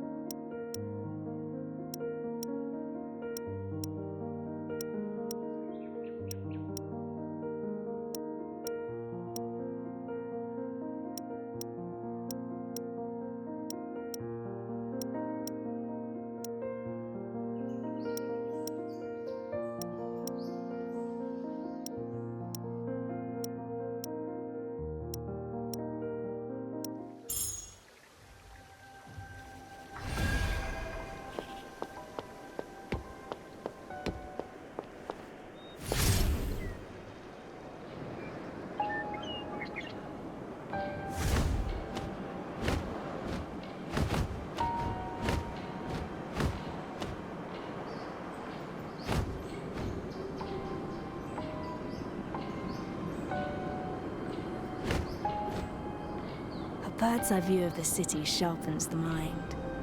Which corner hides the detail I've yet to notice?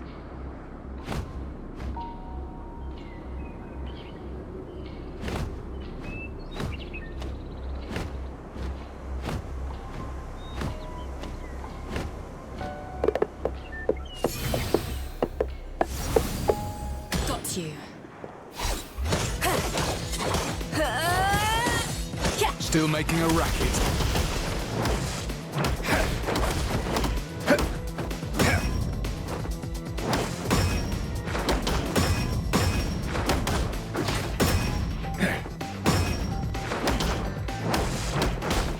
You want to beat me at my own game? Dream on!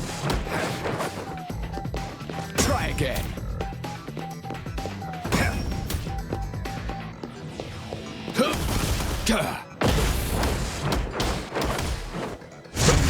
Watch and learn!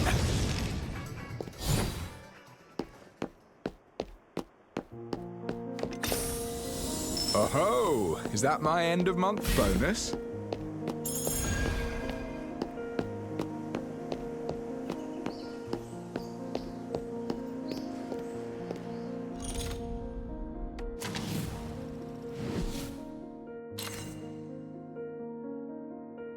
What am I this time? Captain or crew? When it comes to settling people down and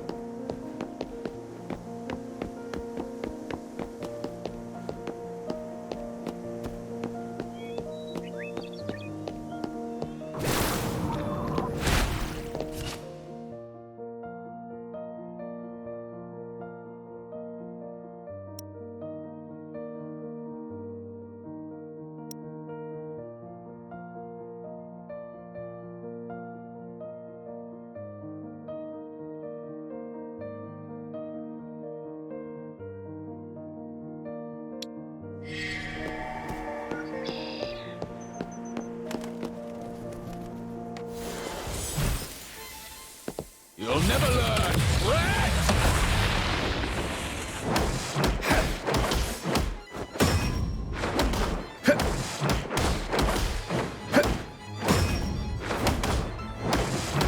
Oh, great.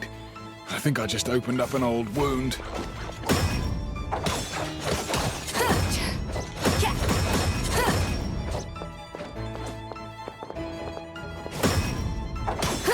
Stay sharp.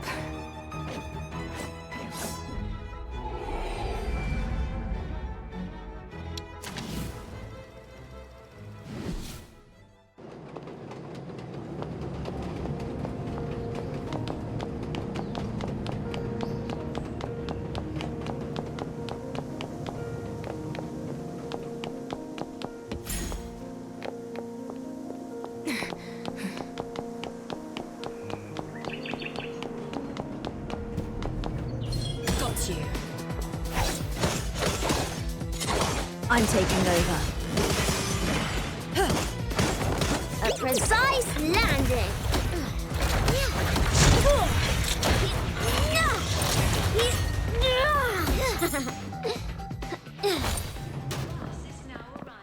Please stand by the stop and prepare to board.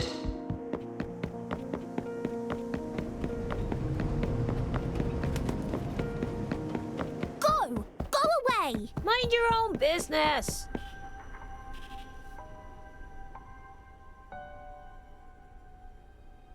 Oh, back so soon. Thought you'd be staying there for a bit. Master, that brat! He moved your stuff, so I whipped him raw and sent him packing. Nicely done. Oh, and one more thing. I cleared out the stuff from the kitchen. You have quite a few salty jars, strange instruments, bags with food in them. Oh, and there's tea! I figured out how to boil water and made you some delicious tea. Have a taste, Master.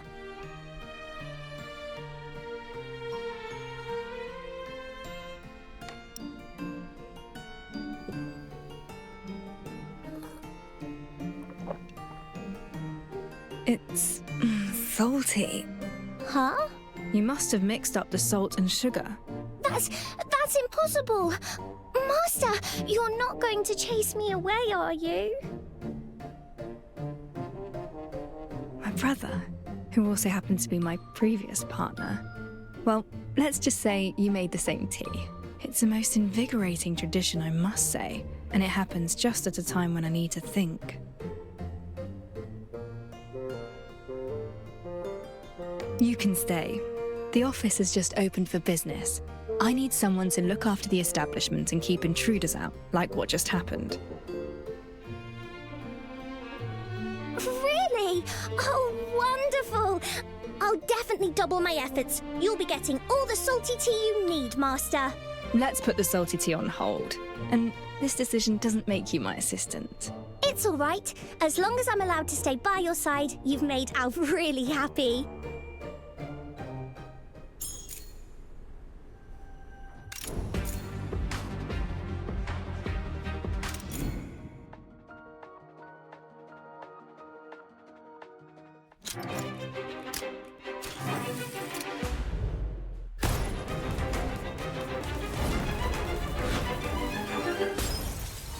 Number 49 of Miss. I'll fit your service. I can cook, clean, fight, and more.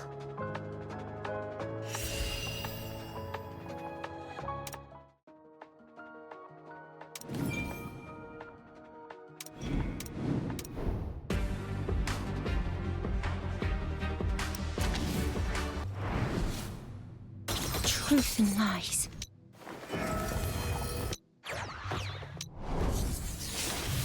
My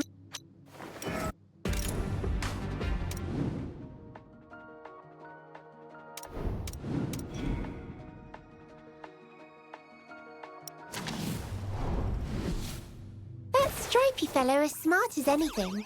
But the royal blue grumpy one, he looks just like you. Forces of the law must show no leniency to maintain its authority.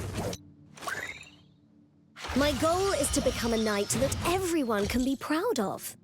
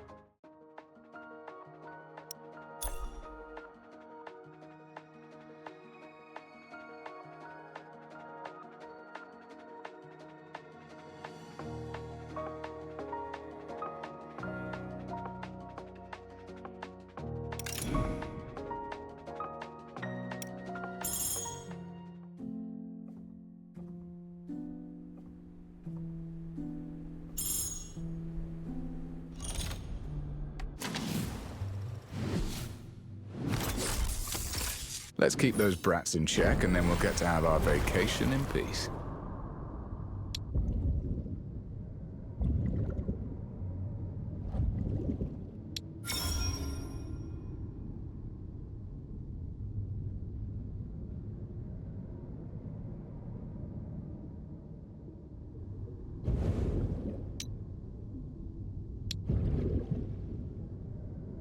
Honest truth? Checking electrical faults is hard work. It really hurts when your finger gets a shock. But I'm a pro at it now.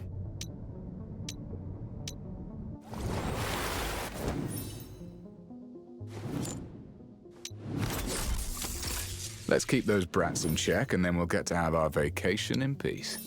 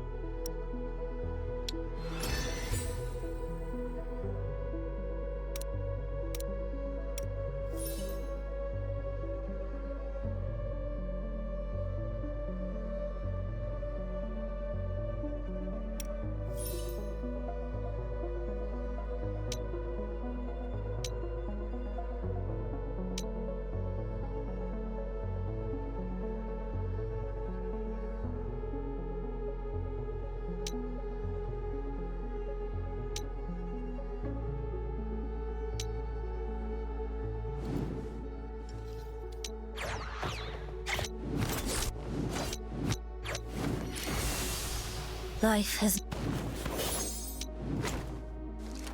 Explosion? Oh, no bombs here, nope. Only flour. Oh, and Alf's flamethrower.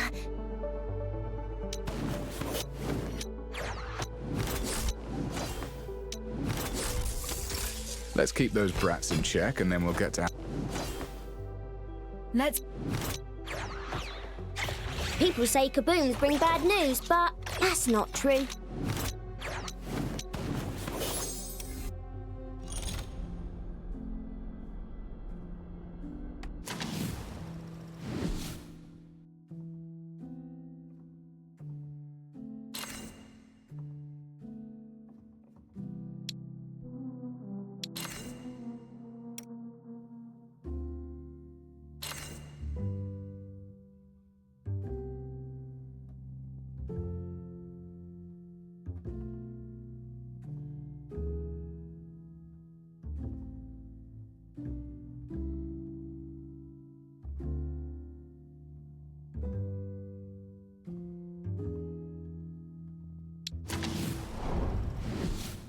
Life...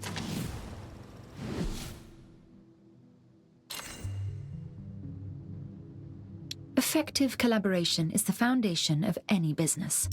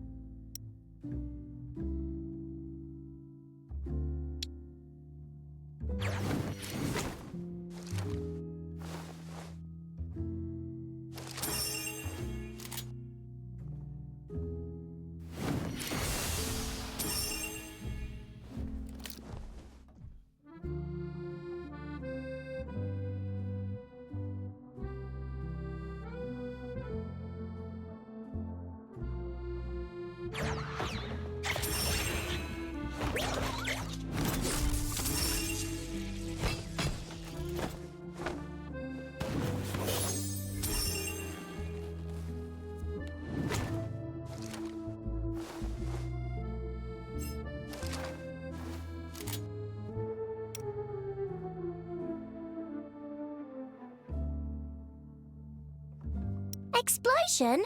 Oh, no bombs. Number 49 of... Were you looking for me, Master? A professional maid is always ready to serve. Many thanks, Master. You taught Alf so many things. Alf really does like that gent. Alf's made so many wonderful memories. I'm going on a business trip. I turned off the tap and the lights and closed the doors and the windows.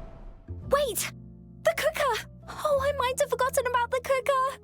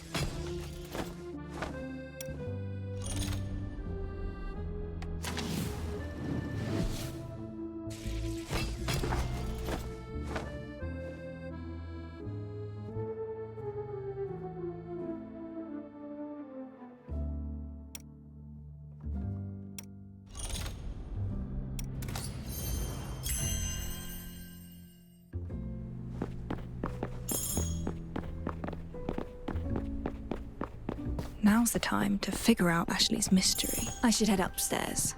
Give my mind a change of environment. You look pallid. Burning the candle at both ends, are we?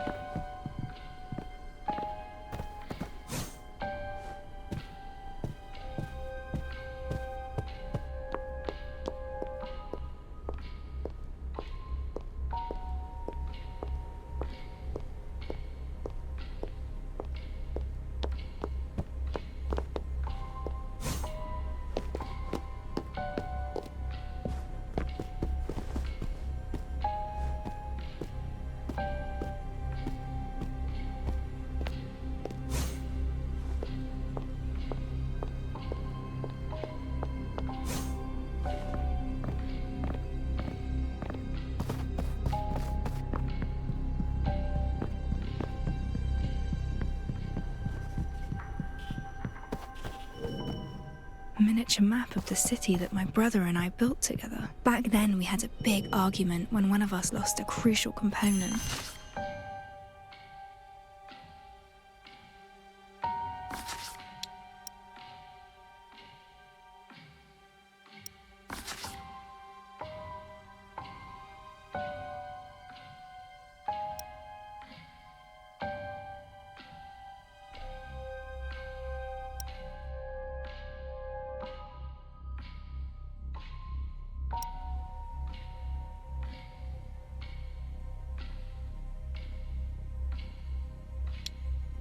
There are 3 starting points.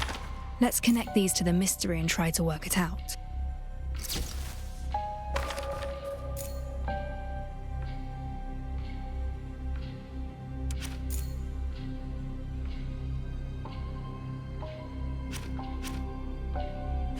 I have a hypothesis. Perhaps he was lying. The safe was empty all along, and this was just a ploy to frame a servant. This is also a solution. Perhaps a copy of the key was made before it was placed beside the rich man's pillow. The criminal used the copy to open the safe. That's right. This is an obvious possibility. Perhaps the silver coins weren't solid, but liquid that could flow out through the cracks.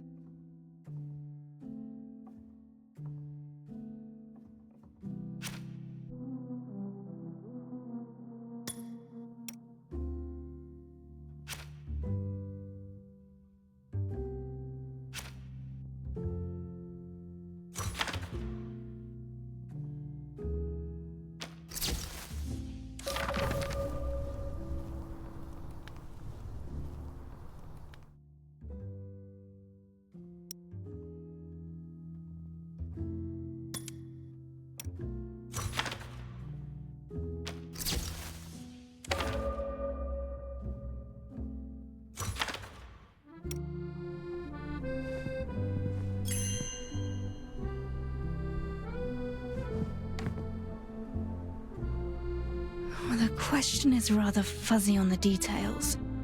A clear-cut answer eludes me. Strange.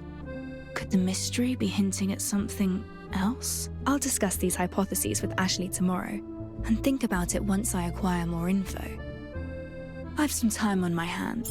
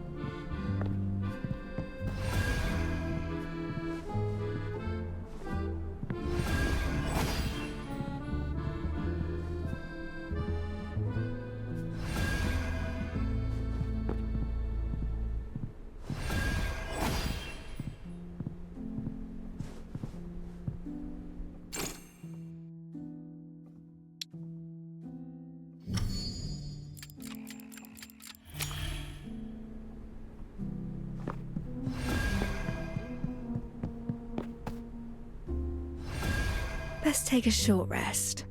Ashley should be here presently in any case.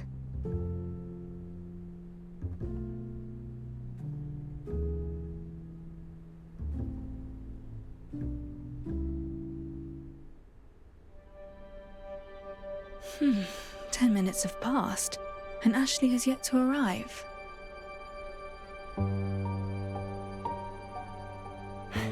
Oh, apologies, Master Detective. I'm sorry for being late. You kept me waiting for quite some time. I thought you'd never come. I'm so sorry. This will never happen again. Let's talk about the matter we mentioned yesterday. Have you figured out any answers to the riddle?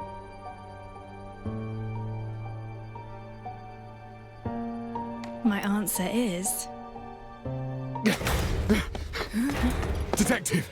Remember that journalist who kept stalking you? The one called Grimm? We saw him yesterday. Why? He's dead! What exactly happened? Someone contacted us half an hour ago, told us they saw something horrifying. We rushed to the scene and saw Grimm's corpse in the alley. He talked to us just yesterday at noon. It's too much of a coincidence. It's more than you think. The way he died was just like the corpses from the Nameless Ashes case. Wait, the Nameless Ashes case? I must examine the scene right away. If it is as Chief Inspector Lauren described, you'll know when you see it. Detective, remember our agreement. You need to act in a team of 2. I formally employ Ashley as my assistant. Let's go. No time to waste. I should head to the scene first. Grimm mentioned he was working on a substantial report, and now this. Might he have offended someone? Exposing the affairs of those in power. The boy certainly had no shortage of ventures. Speaking of which, Grimm was very interested in you. Only recently did I realize that many of your earlier...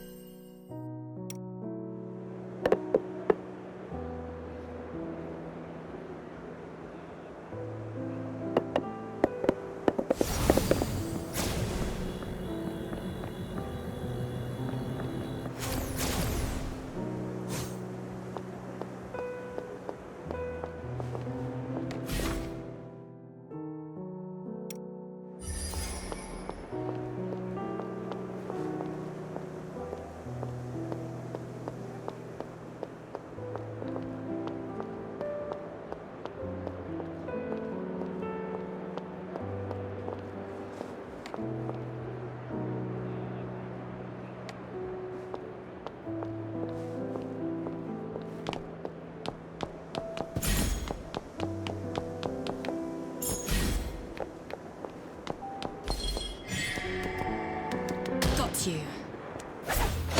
Greetings.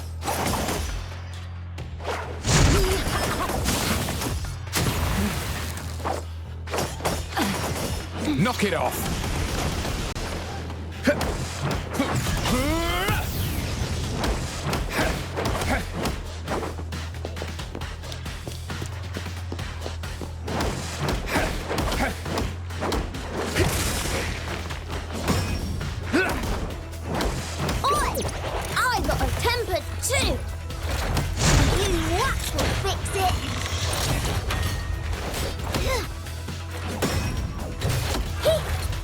Still making a racket?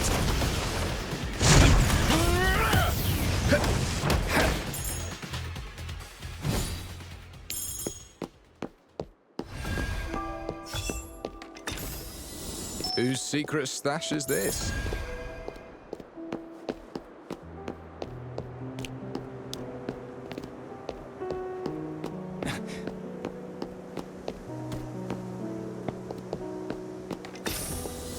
Oh-ho! Is that my end of my...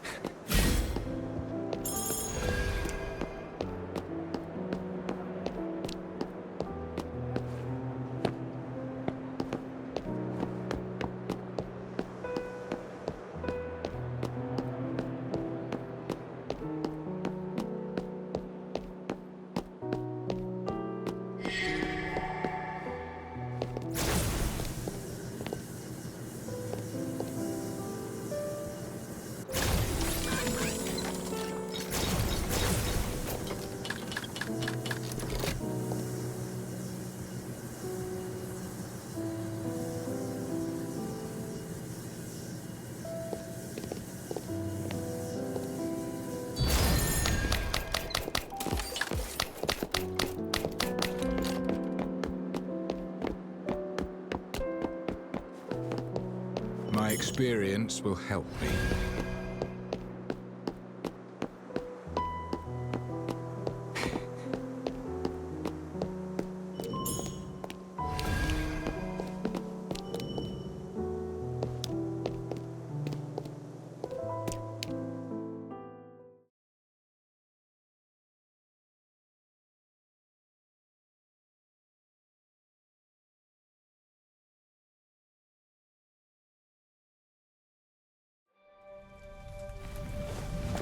Any chance of a copycat criminal? No chance. We have never disclosed anything about the Nameless Ashes case to the public.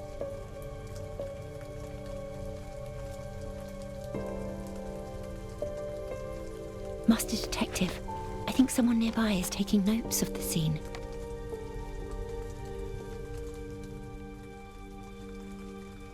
From the beginning, tell me what you saw. I saw him go up in flames. Tis true, I swear. I would come to the alley nearby and water the flowers every sunset before dark. And then I saw this blonde, purple-eyed journalist screaming in the alley. And the lad was covered entirely in flames. Good heavens! It was dreadful. I turned and ran, reported it at once. The rest you already know.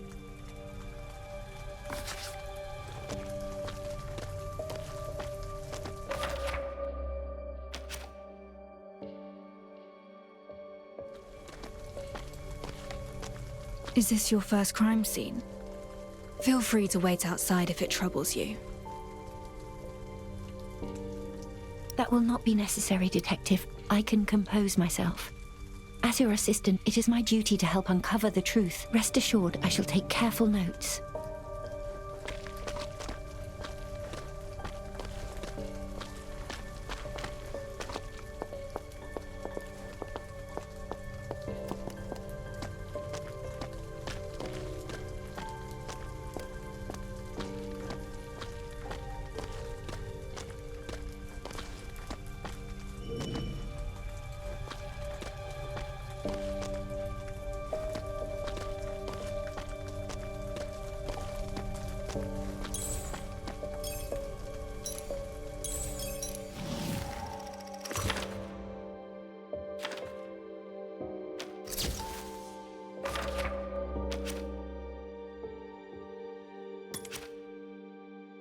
A witness saw Grimm as the flames engulfed him, but this alone proves nothing. I should examine the scene in person.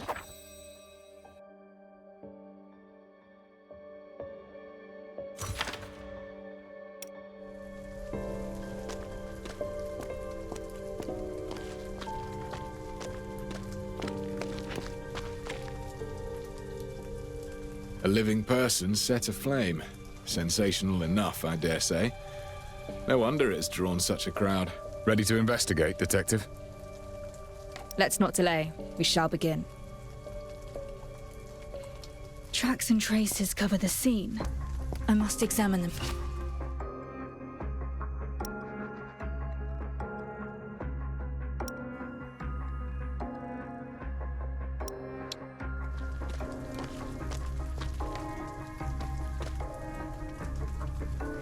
Strange substance with a mud-like texture. Grimm was wearing this iconic wide brim cap when we saw him yesterday. Burnt camera. The very model Grimm wore about his neck. Unlike the corpses in the Nameless Ashes case, this body bears no special mark. A body, carbonized by high temperatures. It is completely destroyed.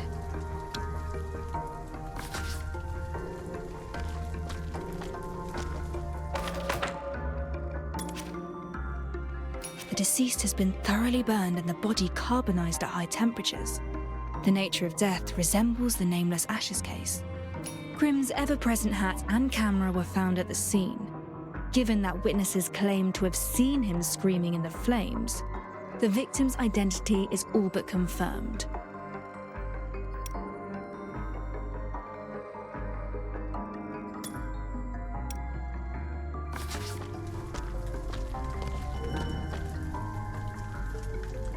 Curious traces here. Perhaps a revealer light will show something. A color reaction. As expected. Residue from a reactor. Someone activated a reactor here, then took it with them upon leaving.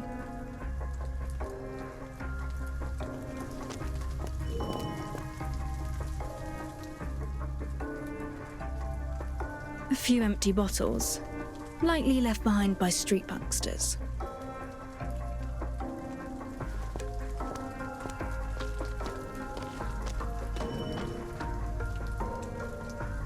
The prints look fresh. The shoe type can't be distinguished, but it's clear there are 2 different sizes of footprints. More than one person entered this alley.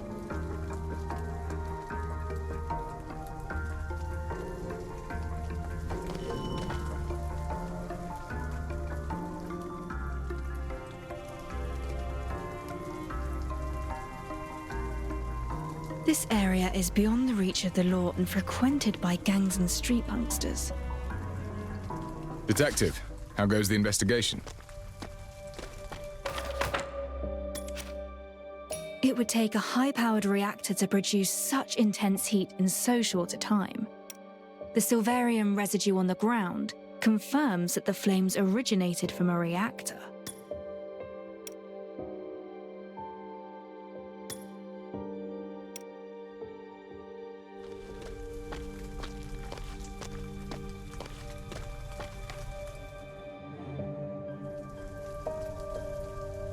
Detective, have you found anything? This alley is narrow and poorly lit, and these marks show it's a hangout for a street gang. Street gangs again. Theft, robbery, and now murder. What havoc will they stir up next? There is silverium residue on the ground. Someone activated a reactor here. Only a reactor can generate flames hot enough so quickly. That explains why the body was burned so severely. The victim reduced to a charred corpse. This may well be the key we need to solve this case. Why would a charred corpse be the key to this case? When a body is severely damaged, beyond causing death, it might also be the perpetrator's intent to make the body unidentifiable. Unidentifiable? Hey, watch it!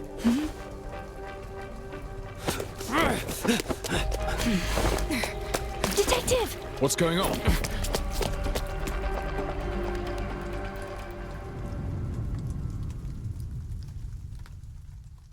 He's quick on his feet, but we can still follow his footprints. The footprints end here.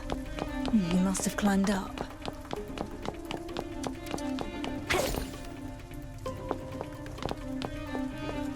This is their hideout. He's likely trying to blend into the crowd. Don't get any closer. Reset the board.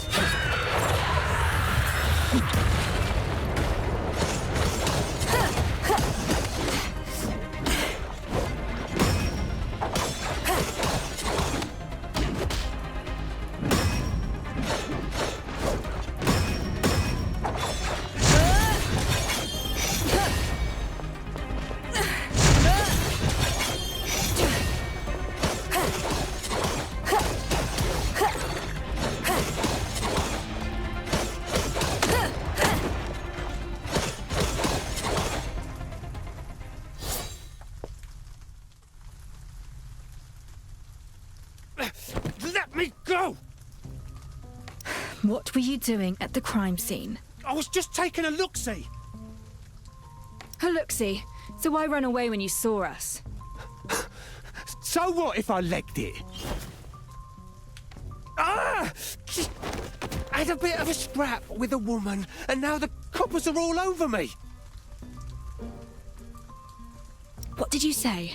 Oh, curses. Must have been some uppity heiress. Tell me everything you know. It was just getting dark, right? I heard someone chatting down the alley, see? Right on our turf, mind ya. So I thought I'd have a look. And bam! This posh bird comes flying right in my face. And then suddenly she laid into me. What did that woman look like? I couldn't see her properly in the dark. Yeah, but she was dressed to the nines. Loaded, no doubt. Ah! Are you in any way connected to the charred corpse? Charred corpse? I was only scrapping with some lass. So don't go pinning this on me, because your lot can't sort your story out. And what proof have you that this woman is not merely a fabrication, spun to shield yourself? Proof? Sure. I got bloody proof. That vicious toff lost her shoe halfway through the fight. I tossed it to the side. Go find it yourself. Yeah, we common folk get battered and no one bats an eye. Them nobles drop a hair, the whole city panics. Those bloody coppers, just lapdogs for the toffs, that's what. Throw him in the nick. I'll look for the high-heeled shoe he mentioned.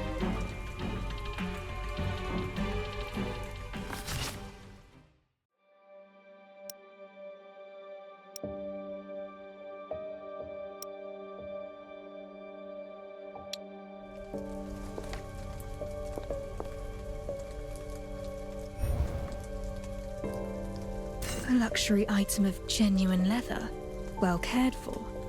A woman's high heel in a less common size. An unidentifiable substance clings to the leather, similar to that found on the charred corpse.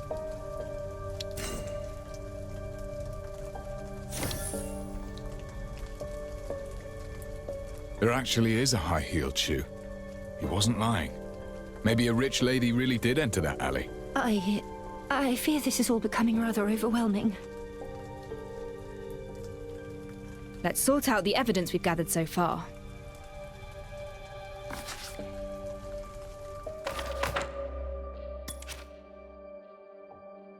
The street punkster maintains that he encountered a well-dressed woman in the alley. The high-heeled shoe corroborates the punkster's account, confirming a noble woman was present. Yet, the residue upon the shoe warrants closer examination. There is a strange substance on the high-heeled shoe.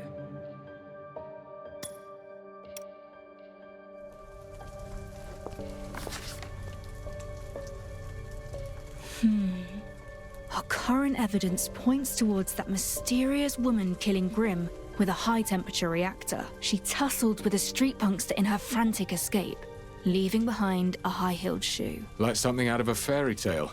A mysterious woman losing a shoe while fleeing. Sounds like a real possibility. I heard that Grimm enjoys writing scandalous articles exposing the aristocrats. There is a strange substance on the high-heeled shoe. I've seen this substance on the corpse, but I cannot figure out what it is. I'll return to the scene and re-examine the corpse. Your call. I should return to the crime scene and re-examine Grimm's corpse.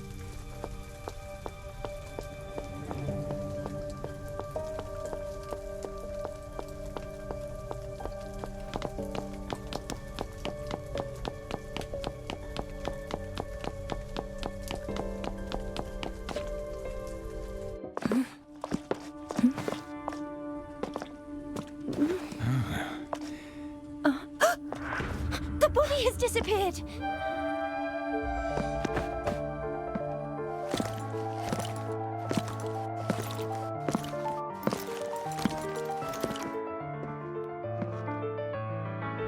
I had it taken away. The body has been transferred back to the constabulary, and I will be overseeing this case from now on. This incident has attracted too much unwanted attention and is severely affecting our duties. Those irrelevant to the case shall leave the scene at once. But we are no mere bystanders.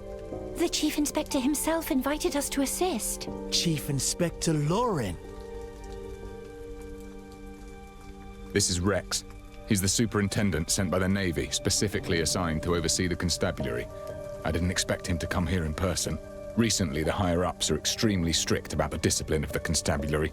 We should probably let this slide for now. These two civilians just happened to be passing by the place. So I took the opportunity to ask them about the area. And I never expected the superintendent to place such importance on the case. That's a good thing. Why don't we head back and go over the details?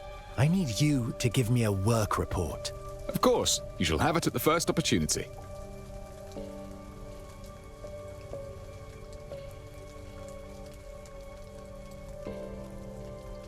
This complicates matters. The body has been removed and now the Navy is involved. It seems Chief Inspector Lauren wishes us to stand aside for the moment. Should we return to the office and reconsider our next steps? Remaining here will get us nowhere. Let us head back.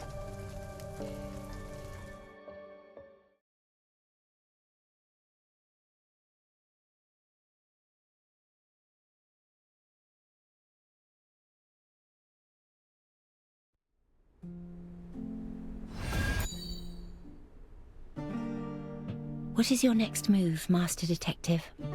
The victim has been reduced to a charred corpse. Clearly an attempt to conceal something.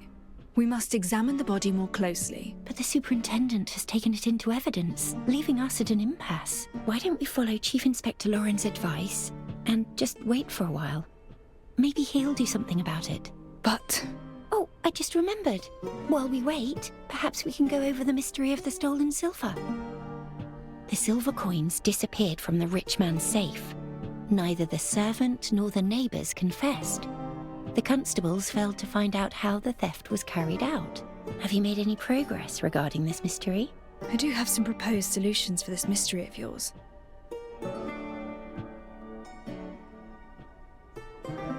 Perhaps the safe never contained ancient coins, but silverium kept in siphons that could flow out from the fine crevices and openings. Silverium flowing out from the crevices and openings.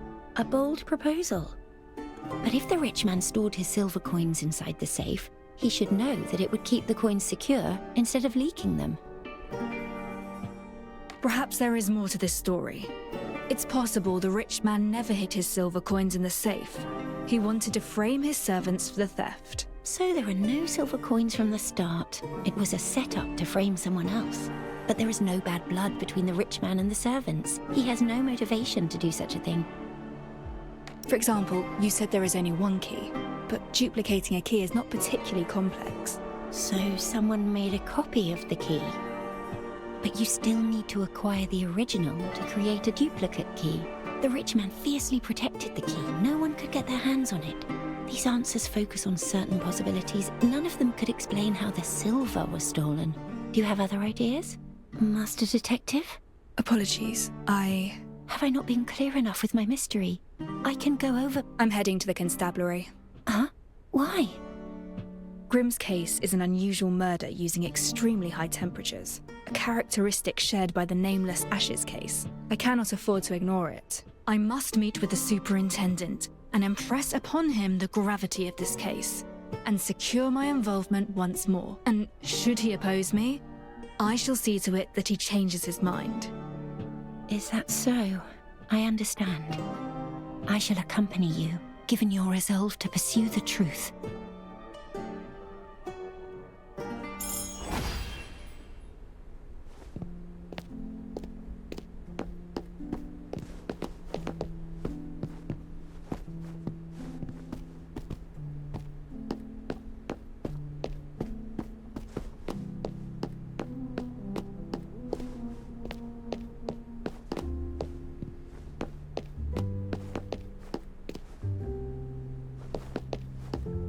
Any work for me?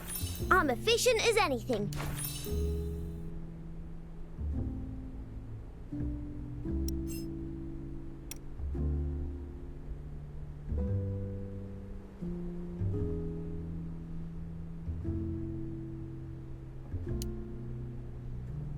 Ooh, I've seen these in shop windows.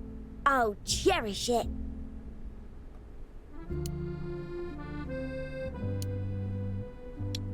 For me? I'll share it with the team. Thanks! Exchanging gifts is a key part of adult society. I know that much. So, here you go.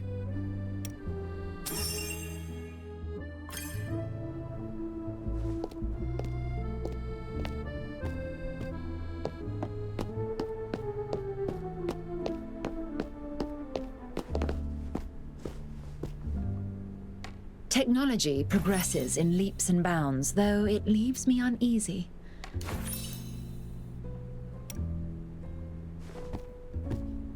The body must be further examined. I must go to the constabulary and have a word with the superintendent.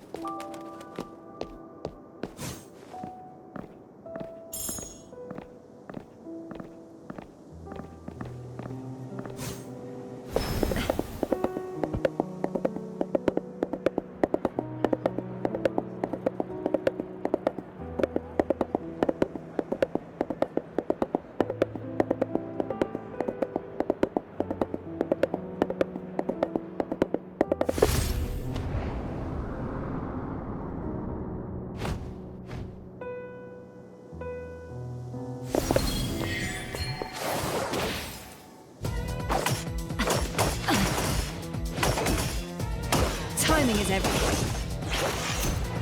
Knock it off! Ha! Youthful folly! You want to beat me at my own game? Dream on! Want some more, do ya?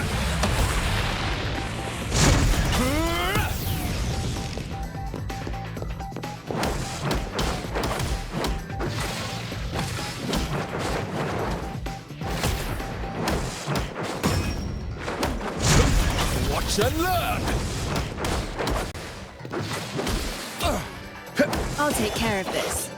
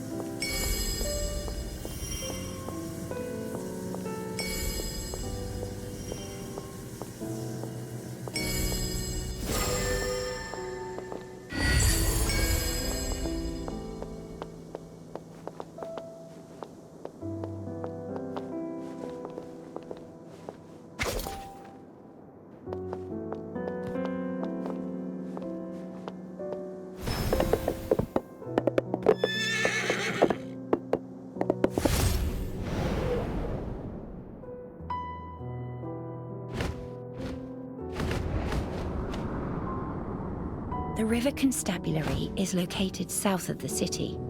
From what I remember, it used to be a large navy building. When the navy moved to the eastern estuary, the building was transferred to the constabulary. The constabulary itself is a new system led by the Navy, approved by the royal families, and paid for by corporate investments. I do wonder how the Chief Inspector will fare now that the Navy is applying pressure, especially given that the police force was already unstable to begin with.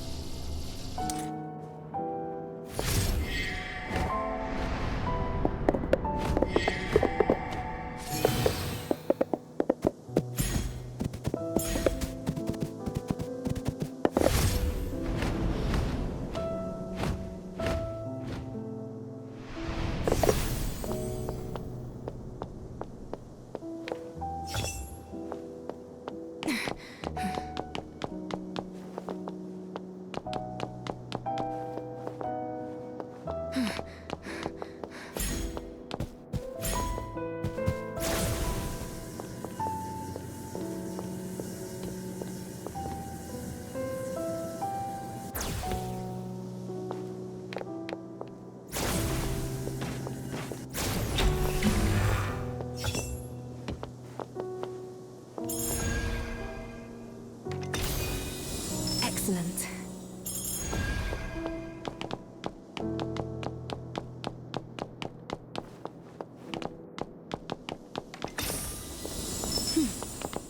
Who's hid this here?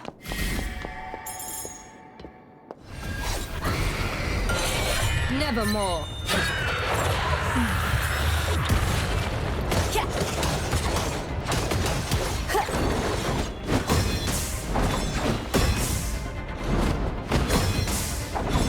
It's all in vain.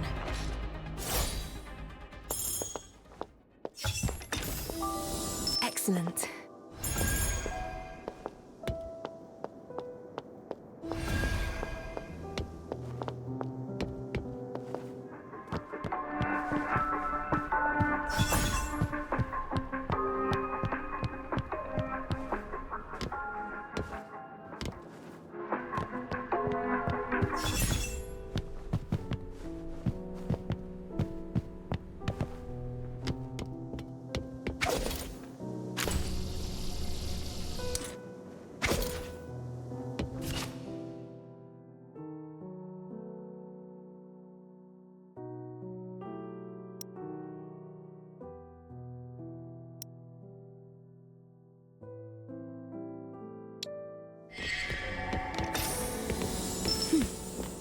Who's hid this here?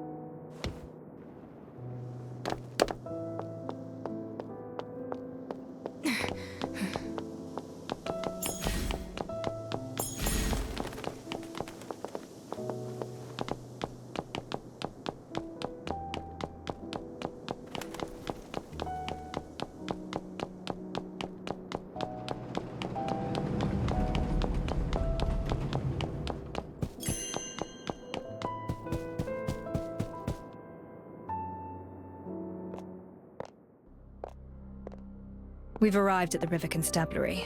I can only imagine what the situation inside must be like, if the Navy Superintendent has taken charge. Ah, it's Chief Inspector Lauren. Let's go ask him.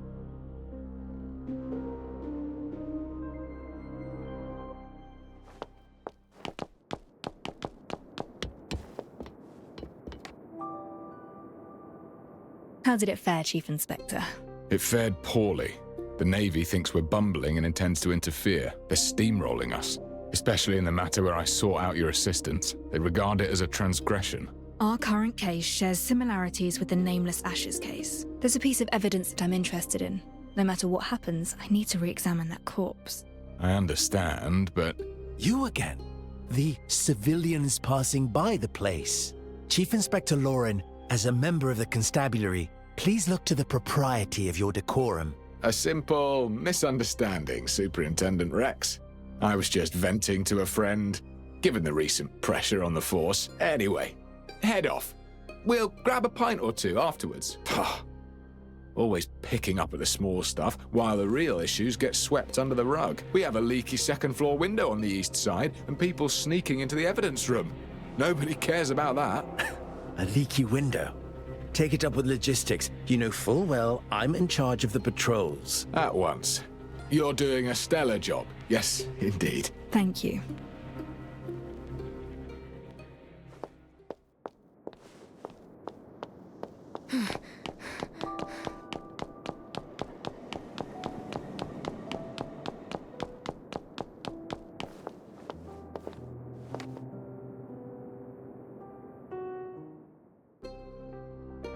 Chief Inspector Lauren is right. There is an open window.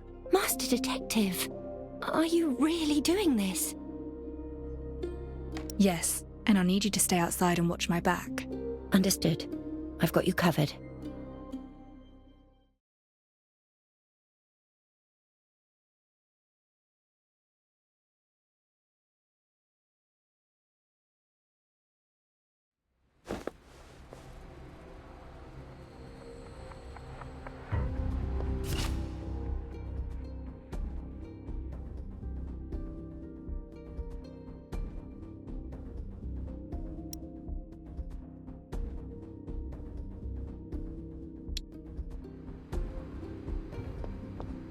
The Navy only sent help because the crime rate's still through the roof. Help?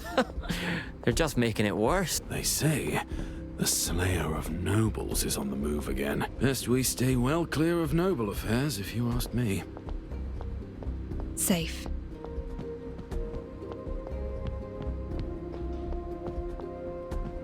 The chief assigned me the werewolf from the ceremony. Oh, what am I supposed to do now? This is the place.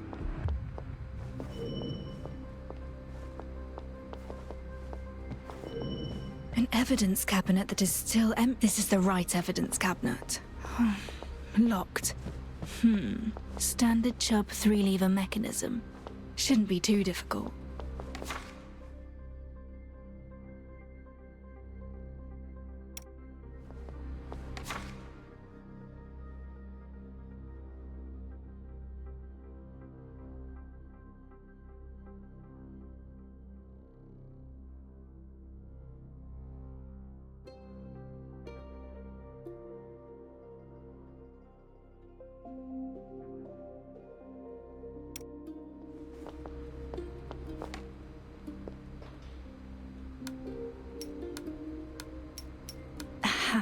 The core's turning.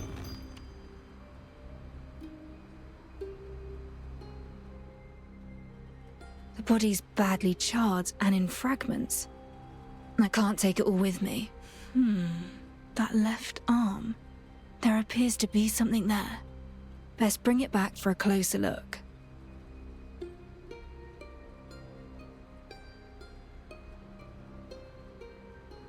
Now I must leave with the evidence.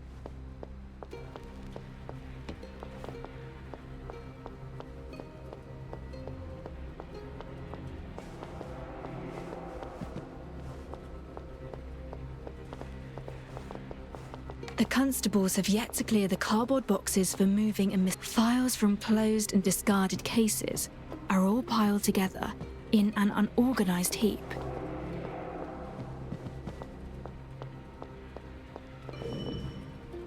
A constable's notebook with a composite drawing of a suspect. Hold on. A notebook for a canine trainer. Writings include kissed the dog on the nose, case dossiers, various applications, and... Have you heard? It's not just the werewolves. There are thieves around. The chief's breathing down our necks for more arrests. But it's easier said than done. Someone's on the stairs. Best be careful. Good. The exit is not too far away.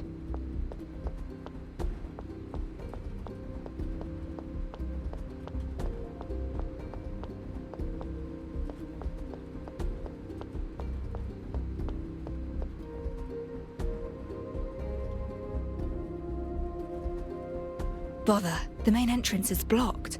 I must find another way.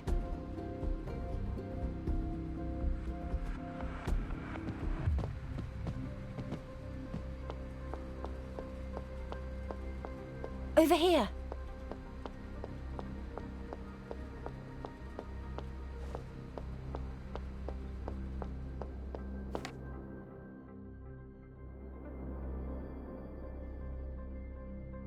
The superintendent was just at the front entrance on his rounds, so I circled around to wait for you. Nicely done.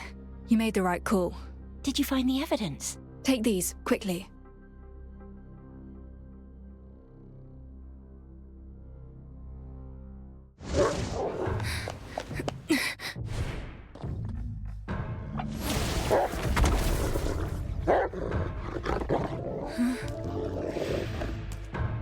I'm sure you understand it's our duty to arrest trespassers.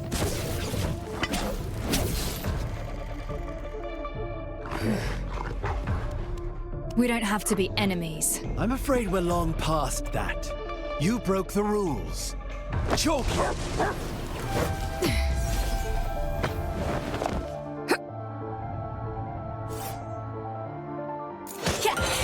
Reset the board.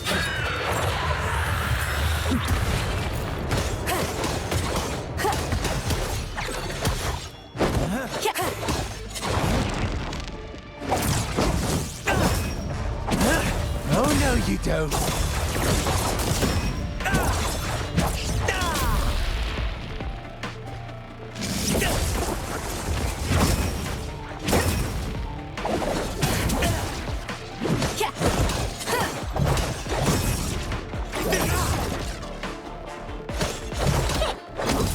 Flamethrower at the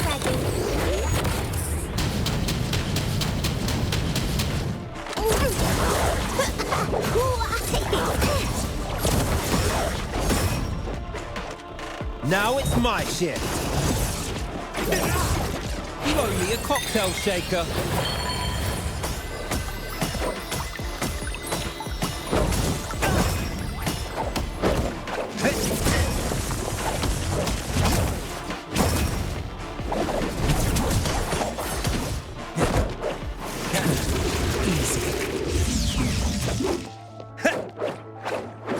Timing is everything.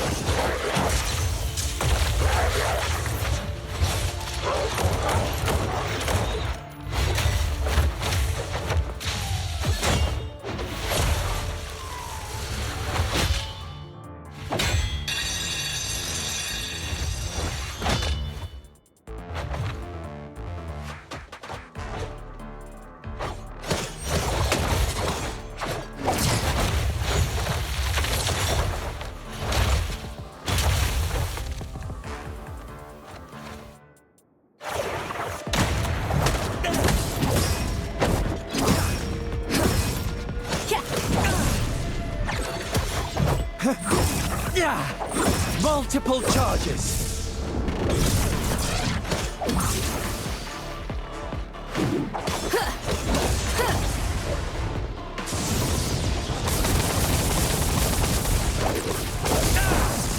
It's all in vain.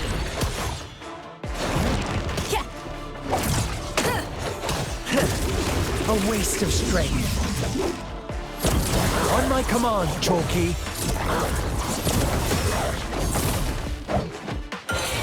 Nevermore.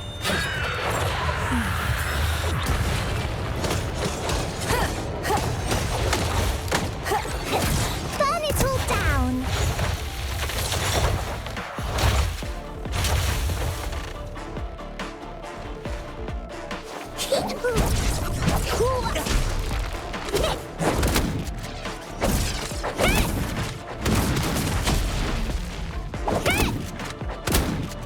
At your service, patron.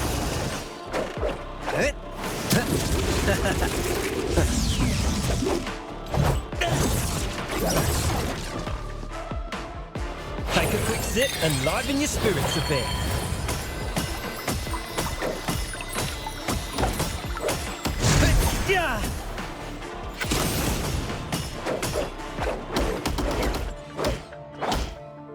I'll take care of this.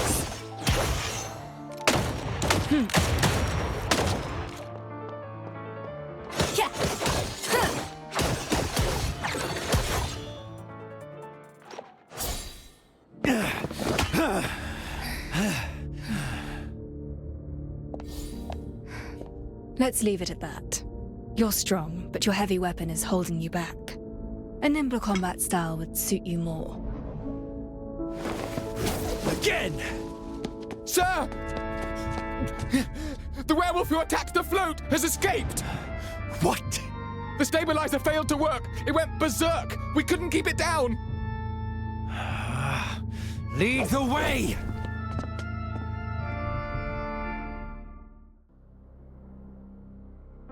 Are you all right? I'm sorry. I'm no good in a fight.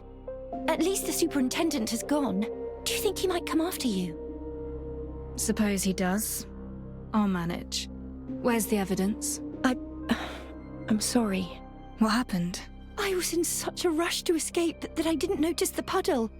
I slipped. The remains broke apart and fell into the water along with the photographs. They're ruined, and it's all my fault. This whole venture wasted. We'll have to think of another way. No matter. I'll have to call in some help.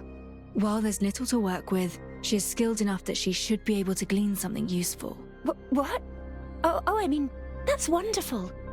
So does that mean we should go to her right away? Of course. Let's not waste time. We should set off immediately.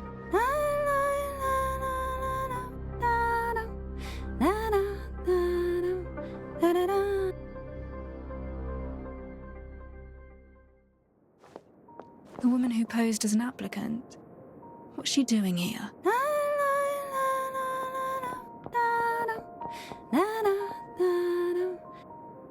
Fancy meeting you here, Detective. You two seem to have undergone quite an adventure. And why are you here, of all places? It pleased me to see you fight the Navy man, and your form in combat was most admirable. But alas, I'm a lady who keeps her word. I broke a few fur balls out at the celebration as a distraction. Quite the trick, if I do say so myself. You're helping me? Why?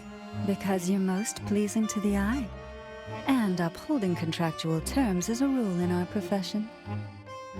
Contractual terms? Whose deal are you trying to honor? Well, a client's info is supposed to be confidential. If we could get information by simply asking questions, why would we need detectives? Or detective assistants?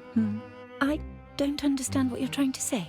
Detective, if it's answers you seek, why not see if your clever little assistant can help you uncover my client's identity? And if by then you fancy teaming up with me, well, do drop by, won't you? How odd. Master Detective, we should pick up the pace and get the remains examined.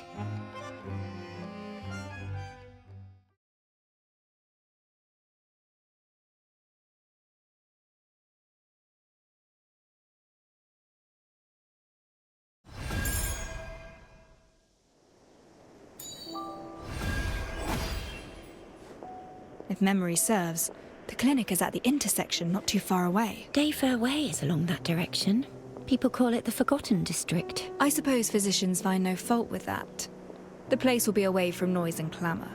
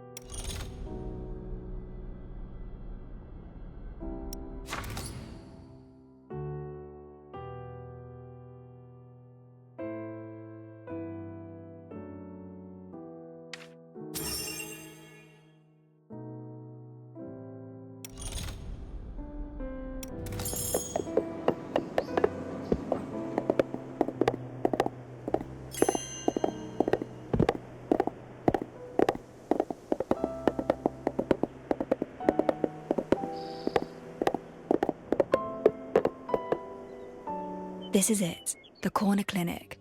My old friend runs this establishment. We're to examine the remains at a clinic. I thought they were for those needing a physician. She is a physician. Anatomy is her specialty. She knows how to make the dead talk. Will she help? We've known each other since we were children, and our friendship runs deep. She never fails to help me whenever I ask. And let's ask her to change your bandages while we're at it. Oh dear. That's very kind of you, Master Detective, but I can take care of this minor inconvenience on my own. I tend to become quite anxious at clinics. Just the thought of visiting a physician unsettles me. I'm afraid I must take my leave. Good luck with your friend. I shall await you at the office.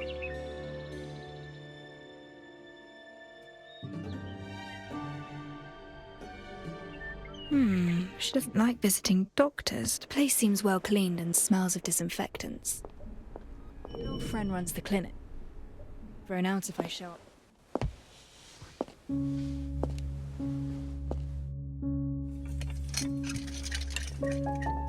touch anything. You better find yourself a seat. Sorry, I can't hear you clearly. Sit. Ship? I said don't touch my things and find yourself a seat. 3 long years. You finally found your way back. I have a rather unique sample here from a case I'm working on. Given your experience with autopsies, I'd like your help in examining it. Incredible way to greet someone after disappearing for 3 years. Didn't expect the first line to be, I'm working on a case. I'm actually curious now. Do you still remember my name? Sweet Doc Firtho, please help investigate these remains for me. Playing coy won't work with me. Your first line should be, it's been quite a while, Firtho. This case is important. I need your help to examine these remains. Not a chance. Who do you take me for? You vanished for 3 years without so much as a word, and now you return with a corpse in tow expecting me to examine it. You didn't even bother with a proper greeting. Oh. Well, how are you faring these days? Someone stole my cargo. Yes? A mob of gangsters stole my cargo. Bring me back my cargo, and I'll consider doing that autopsy. What was stolen from you? You owe me an answer. Yes or no? Certainly. I'll go look for it. The gangsters usually loiter around the Day Fairway intersection. Look around the place for clues of their activities. Intersection. Got it. City gangs grew in size these past years. Be careful. Don't let them bring you to my place in a body bag. Don't worry. I can still handle a few hooligans. According to Firtho, traces of gang activities can be found at the intersection.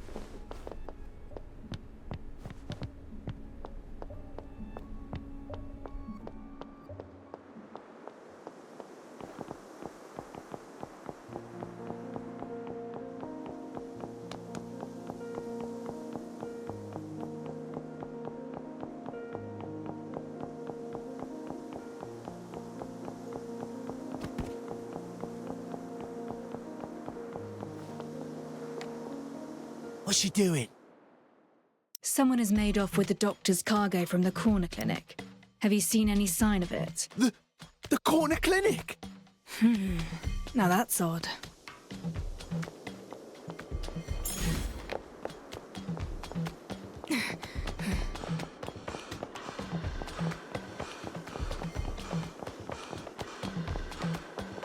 What's your business? Dr. Firtho is missing her cargo. Have you heard anything of it? Firtho! No! Please! Don't take me in! The reactions are rather unexpected. There's another one over there.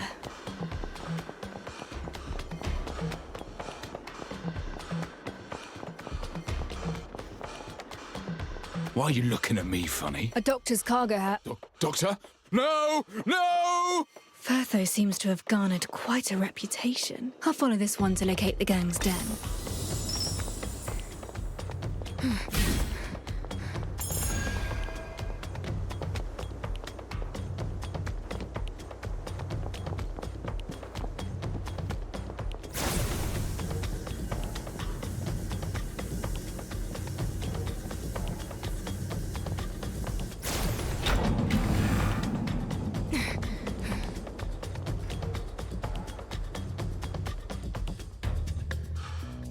What the hell do you want? Cargo from the corner clinic. Did your boys take it? Wait, that bird-beak coroner hired you? Maybe. And so what? Keep steady, lads. We have the numbers. Pile on this lousy lout.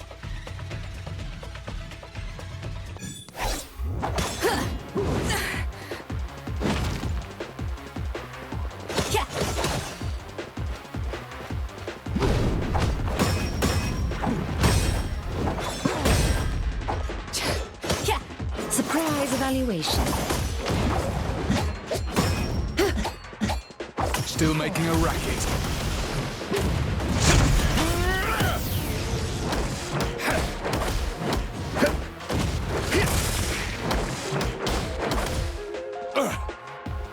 A precise landing. You can't fix it, blow it to pieces. Emergency tools, emergency methods. Timing is everything. So, we're settling this physically? Should have cut the chatter and gone straight to the fighting instead. We surrender.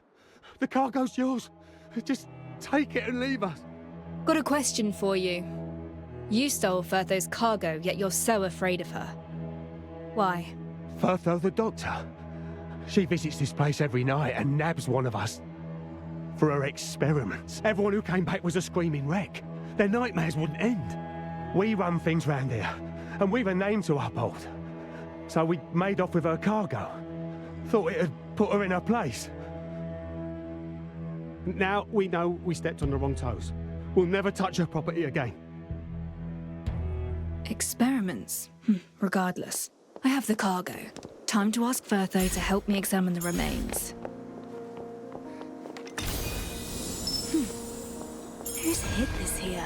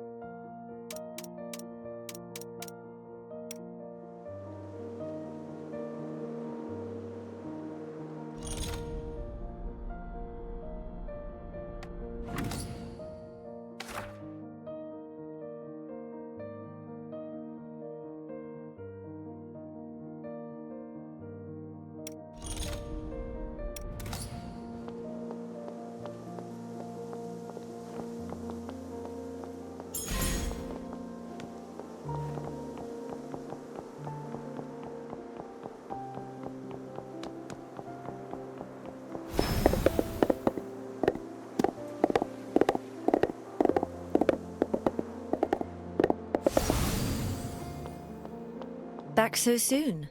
Now that's efficient. I'm downstairs. Meet me there.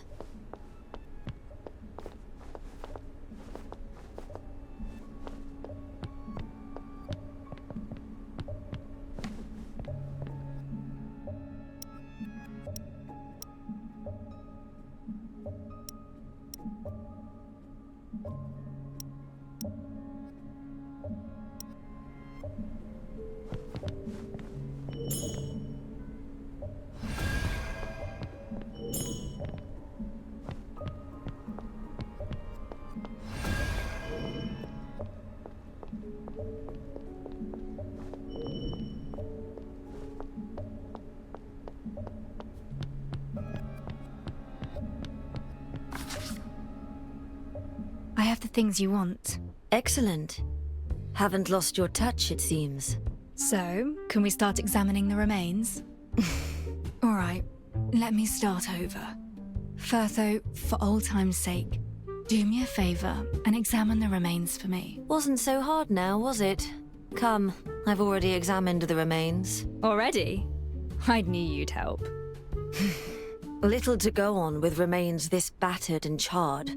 All we have is a piece of the arm and a few soaked photographs. Identifying the victim is virtually impossible with this. Can you identify the victim's sex? Judging from the pelvic features in the photos, the victim is male. How old is he? The pubic symphysis suggests he's likely over 30. I noticed some foreign matter in the arm. Surgical pins, metal. The victim likely had surgery after fracturing his arm at some point. I found something that might interest you. The cause of death. We found clear signs of arson at the scene. Are you suggesting that wasn't the cause of death? The victim's limbs lay straight in the photographs, rather than bent in a defensive posture. This means that the deceased had no signs of life when the fire started. You're telling me that he was already dead before he was burned? Correct. In summary, the deceased is a male over 30. The cause of death remains unknown, though it was certainly not by burning. An adult male. Grimm's male. But younger. And then there's the fractured left arm. And it wasn't the fire that killed him. Don't worry, my conclusions should be watertight, unless the Royal Academy and the centuries of knowledge it accrued have all been mistaken. I have faith in your judgment.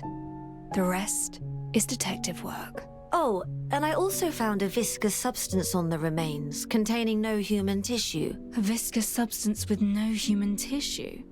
I found something similar at the crime scene. Can we figure out its purpose or use? It must be identified on a proper laboratory table. Alas, this humble clinic of mine is not furnished for this task. Well, my office is, and it's already unpacked and prepared. I should head back and start the analysis right away. Hold on. Take this. What is this? It's from the cargo you retrieved. A special type of stabilizer. It soothes the mind and suppresses recurring nightmares. I specifically formulated this for you, you know. I never mentioned my nightmares. I'm a doctor. I can tell much simply by looking at a patient. For example, the pallor of your face. Much appreciated, then. By the way, the gangsters told me that you were experimenting on them. What exactly is going on? Experiments on living subjects. I don't have time for running those. Many of them were ridden with skin rashes, infected by a highly contagious strain of varicella. Recently, I've been working with the Academy to develop a new kind of serum. It uses weakened pathogens to help the body adapt in advance and build resistance to actual infection. Unfortunately, the only route of administration is via subcutaneous injection. Hence, I had to get hold of a few, restrain them to the bed, and inject them. The good news is that the recent batch proved its worth with an 80% success rate. The spread of the disease has been contained. Oh, is that so? They do not understand the treatment methods you employ. Such actions may cause them to fear you. Why fear me? I'm the one helping them avoid the infectious rash. But you just reminded me how convenient it is to reach them. I have several new medicines, and I do intend to invite them over for a few trials. And they happen to be a most agreeable lot. You will succeed. Now, if I may, I'm taking my leave for my office.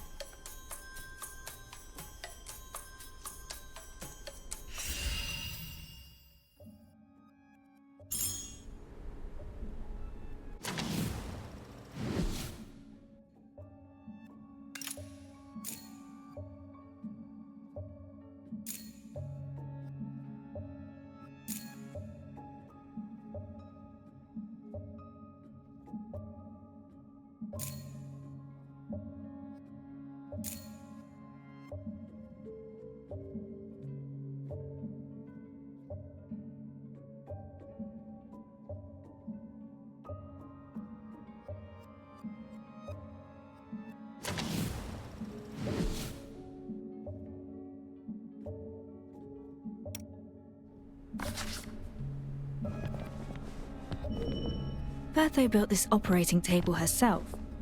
It's specifically designed for autopsies. She's extremely passionate about her field of expertise.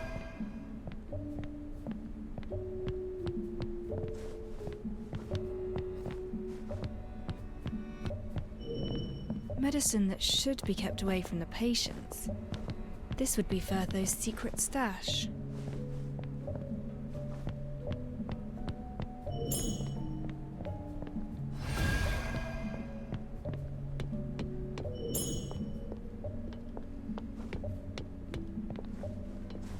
The results of the autopsy contradict the witness's testimony. If the witness did not lie, then there is only one possibility. Back to the lab table then, to verify my hypothesis.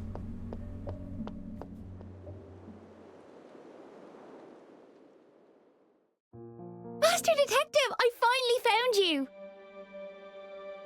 I tried visiting Chief Inspector Lauren, but he wasn't at the constabulary. So I went to the detective's office to look for you, but you weren't there either. Looking for me? Tell me, what's happening? There's someone I know. His name is Grimm. He's a journalist around my age. Brown cap, straw-coloured hair. Sure, a person in the know told me there's been another murder in the city. The victim happens to be Grimm. Master Detective, you seem to know something about this case. Can you tell me if he really died? Well... Oh, thank goodness. I knew that cunning dodger wouldn't die so easily. He still owes me plenty of tips. Master Detective, there's something... It could be really important. Just yesterday, Grimm secretly told me that he was investigating a super important case on his own. He even found the key evidence. Key evidence? He didn't tell me what it was. But just yesterday, he told me that he hid it in the safest and most unthinkable place. Master Detective, this is all I know. I hope this tidbit can help you out. If you find the truth, please get it published in the papers.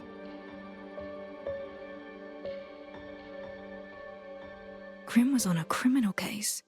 Now, that's an unexpected finding. But this also proves my approach to be correct. I just need one more piece of the puzzle.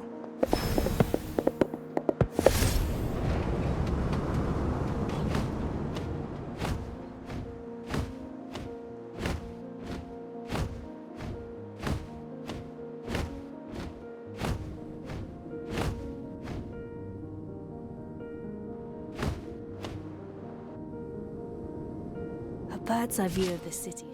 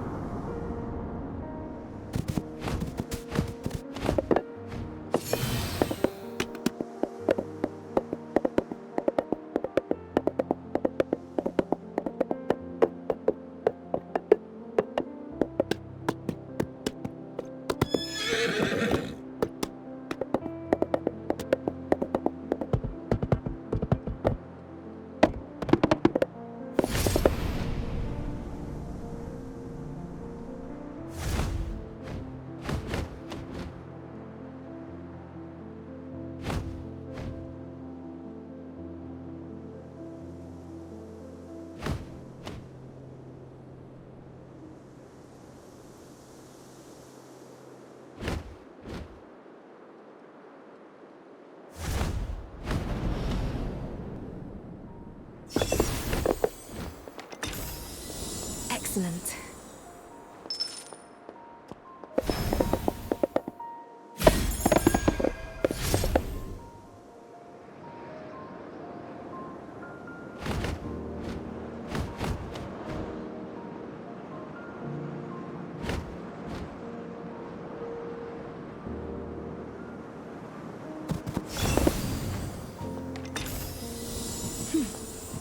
Who's hid this here?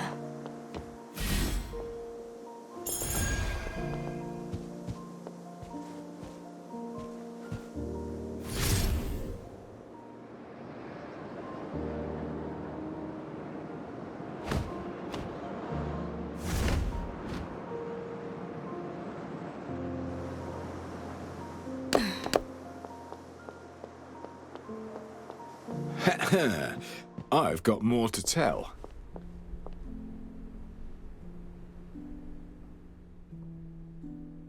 I didn't expect him to launch a sudden brutish strike from the left, Whoa! but the detective predicted that and parried it. That's awesome! With a light twist, the detective shifted Rex's weight, immediately following up with a series of swift strikes. And yet, you merely stood by and watched.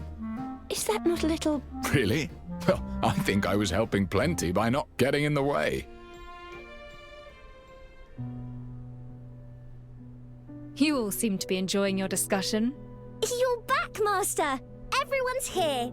Our esteemed superintendent has his hands full combing the city for werewolves. So I thought I'd slip away and see how things were coming along. Oh, and well fought. Master Detective, what of the autopsy? Did it go well? Hold on. There's still one more step. Time to use the newly cleaned laboratory table.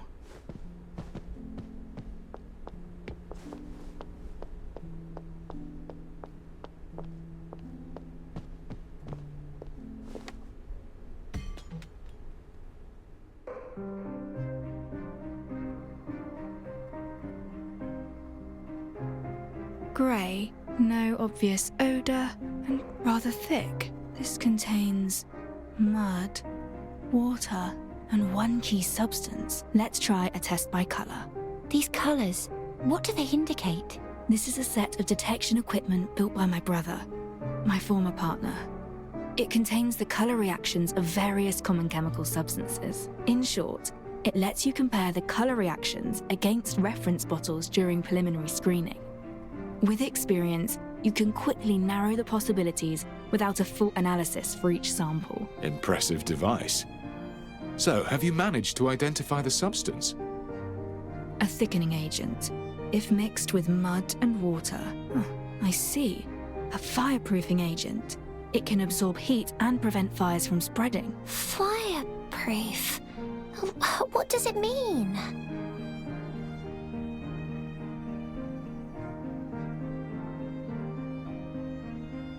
Whoa! Don't touch that, Master! You'll get burned!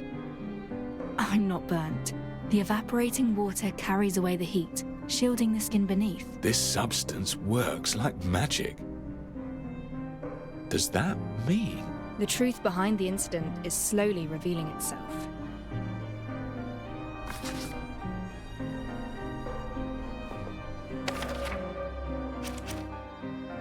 The autopsy revealed the body was burned post-mortem, fully contradicting the witness who claimed to have seen Grim on fire, screaming. Grim is roughly Pixie's age, yet the autopsy identifies the victim as an adult. The burned body was likely not Grim's. A fireproofing agent was found at the scene. They must have used it to make sure Grim didn't actually burn to death.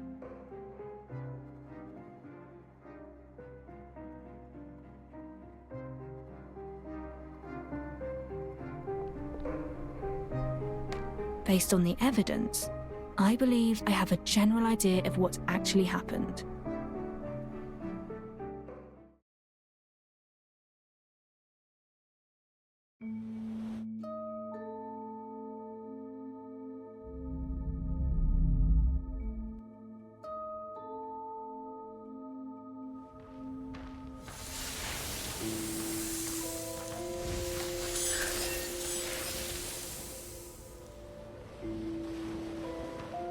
alleyway is where the incident occurred.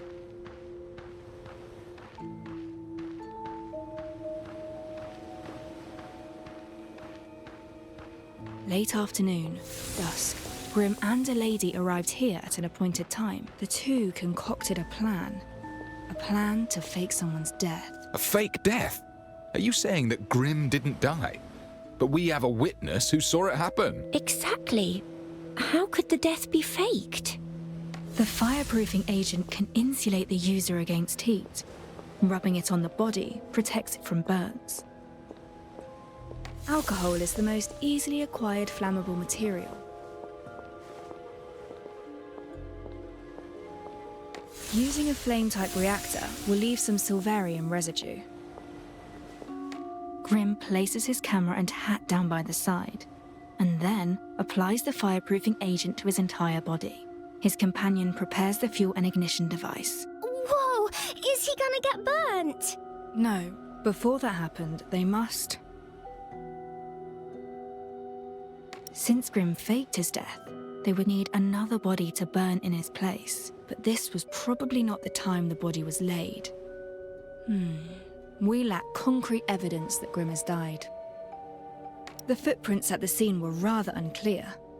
Someone probably tried to clean it in a hurry. Traces of reactor use and fireproofing agent remain, indicating they didn't fully clean the scene.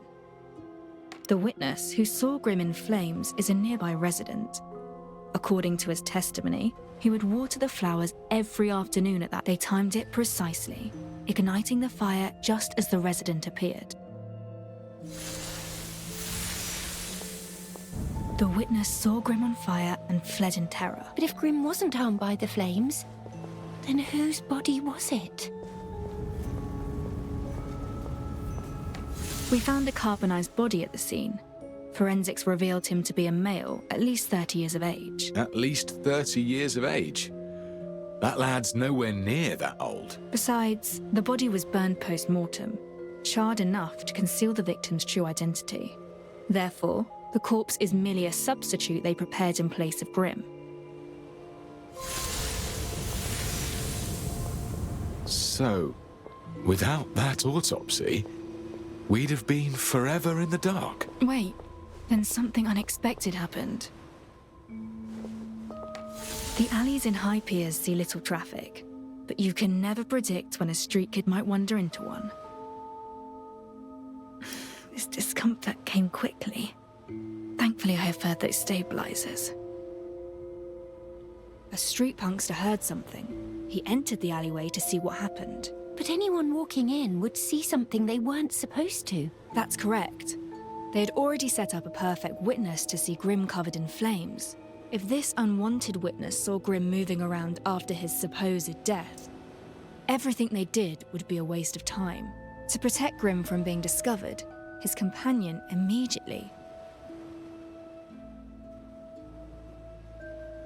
She had to act. Grim's companion didn't hesitate and charged at the street punk, using herself to block his view and giving Grim a chance to slip away from the other side. And since no one saw Grim after that, everyone assumed he'd burned to death. Nobody found out about the fake death, but the companion paid the price. During the scuffle, she lost a shoe.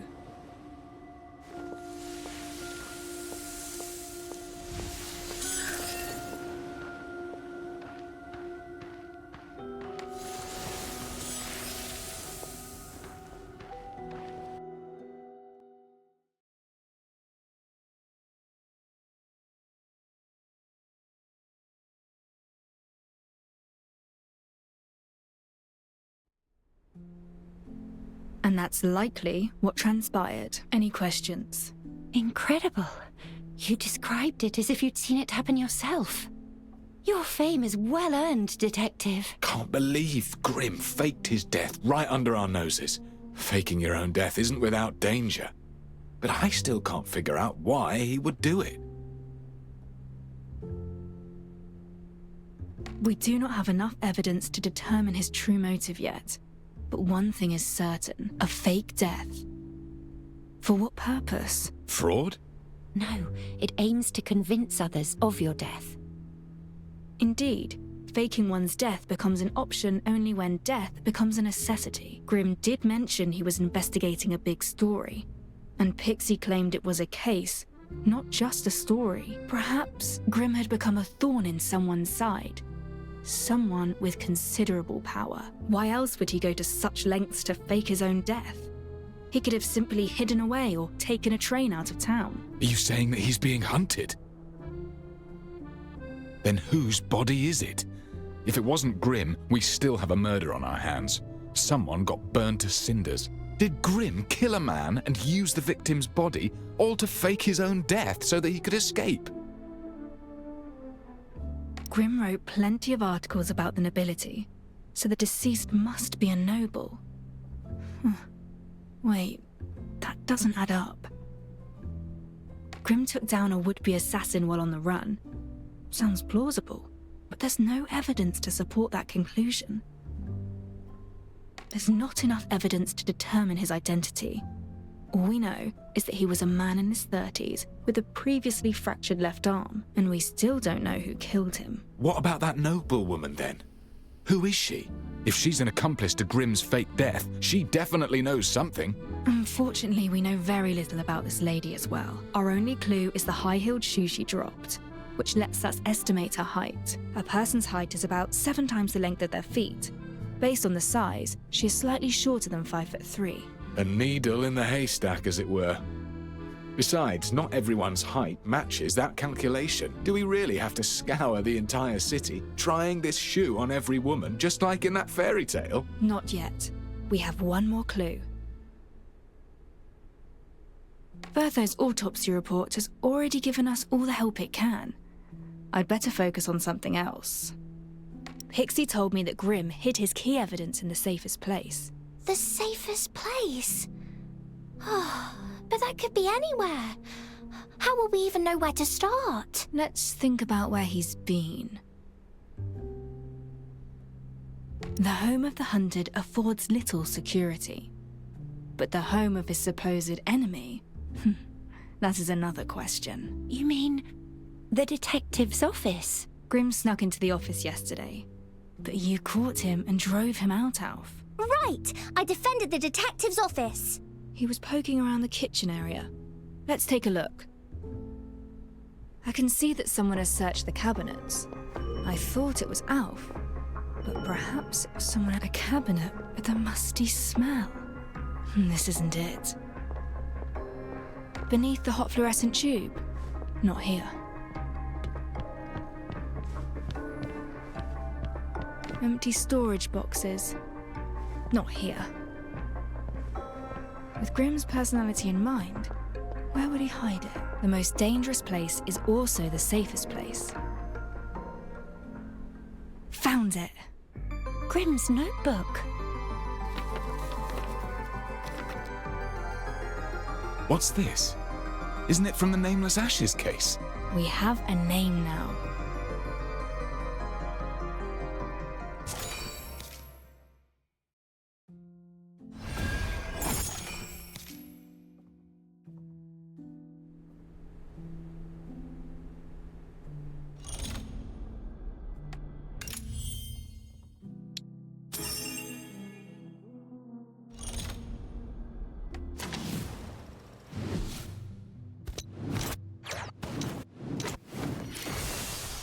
Life has not been kind to me. Death, on the other hand, has been a truer friend.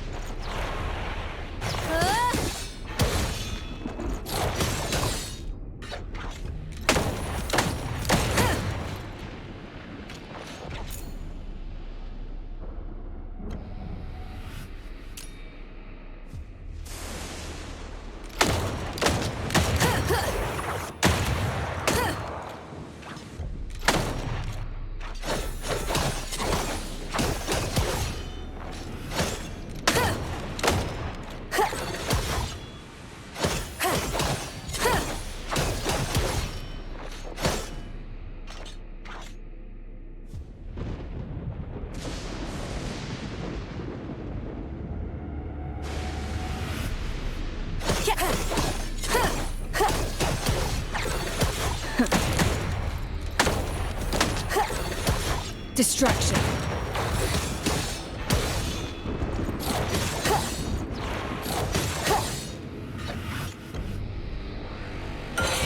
Reset the board.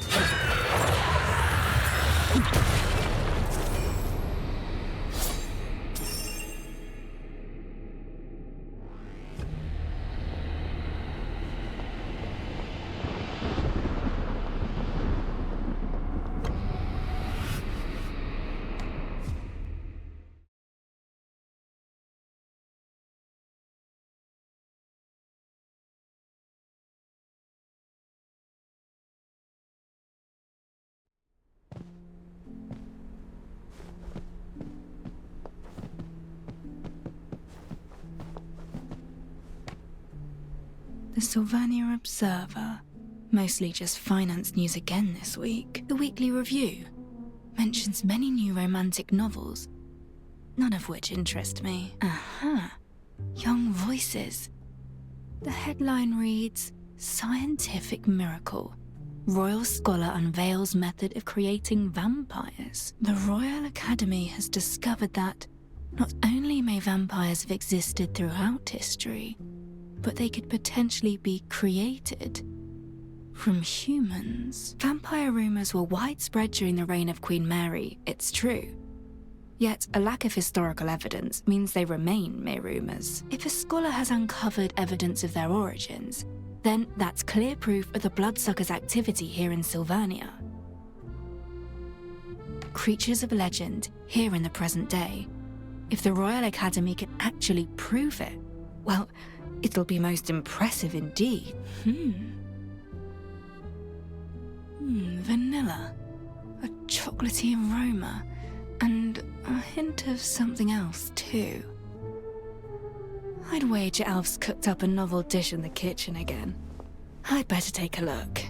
Certainly smells more pleasant than her last few experiments. Best to stay wary, though.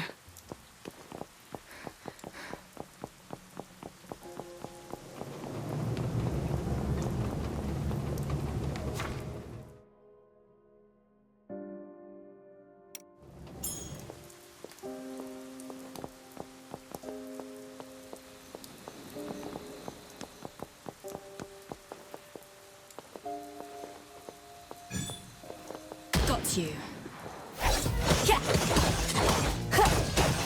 Greetings. A precise practice of lethality.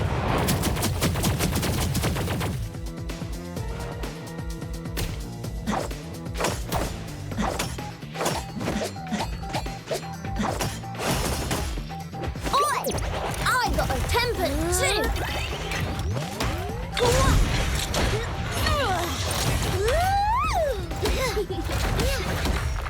Knock it off!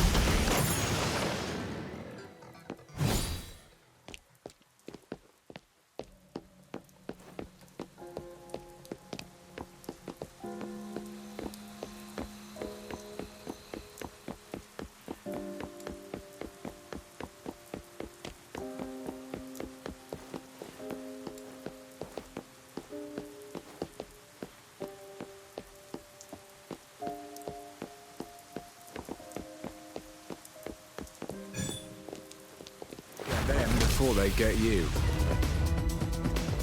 You'll never learn! Rat! You want to beat me at my own game? Dream on!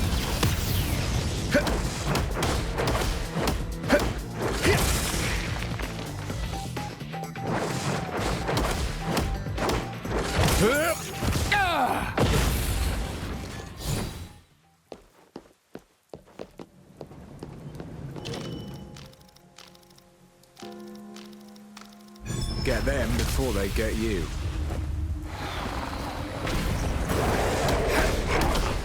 Surprise evaluation. I'll take care of this. Nevermore.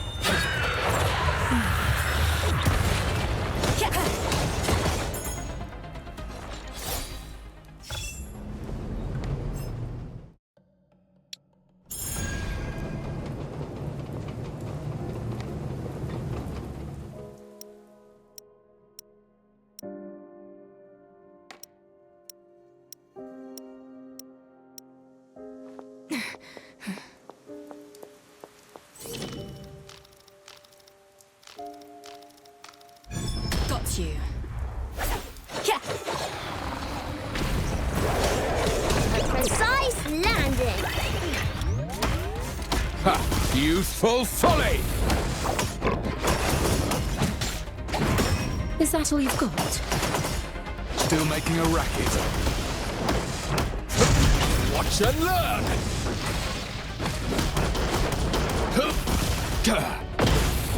Timing is everything.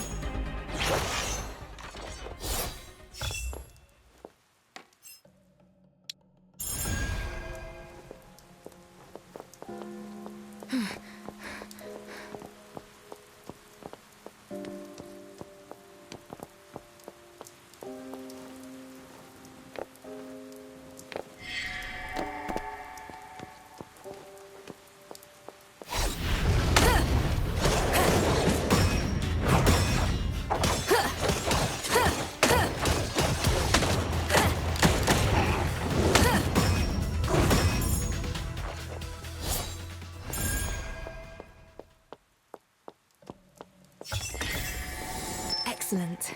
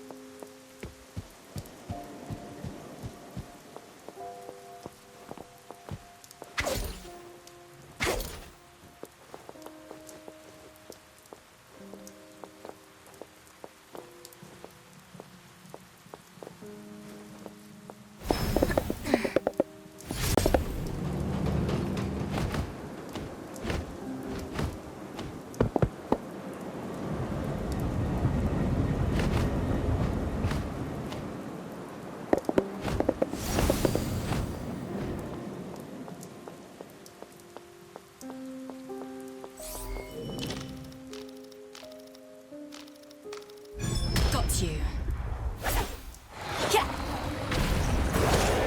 Oi!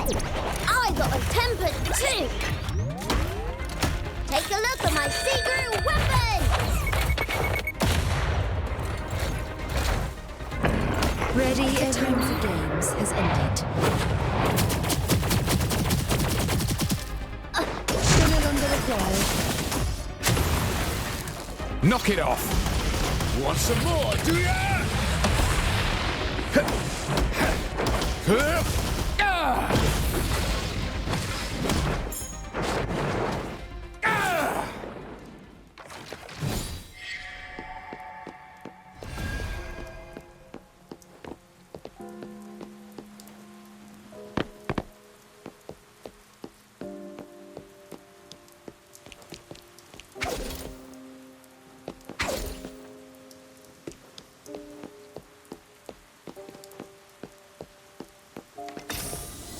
Whose secret stash is this?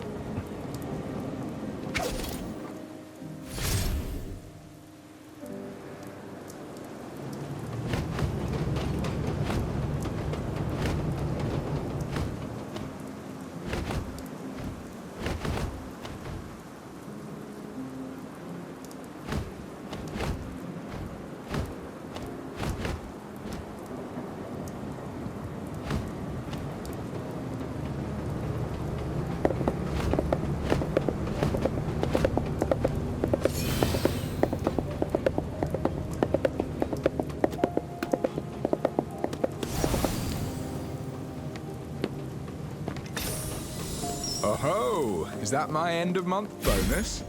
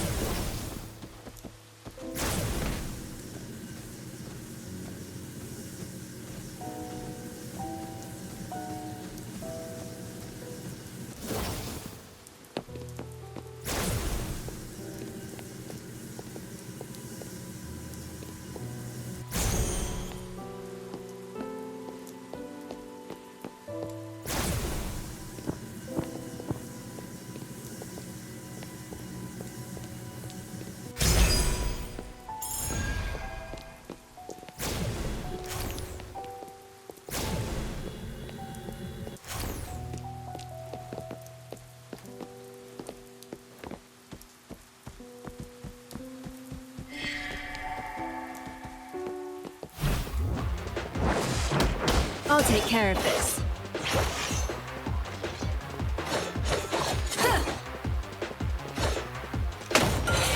Reset the board.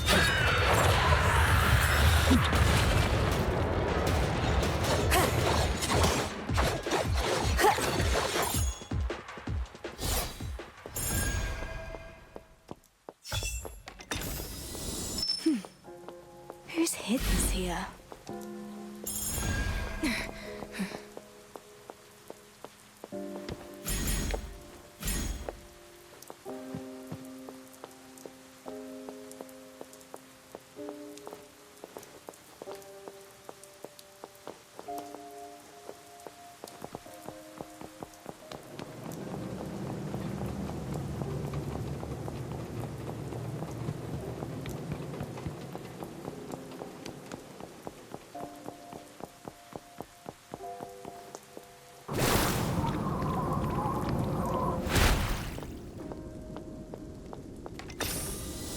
Excellent.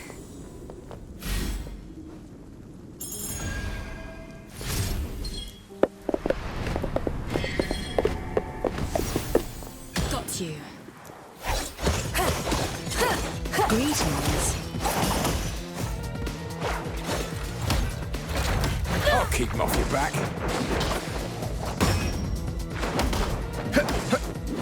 Try again. Timing is everything. I've warned you.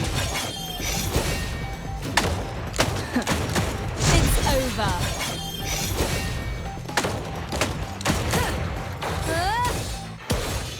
Surprise evaluation.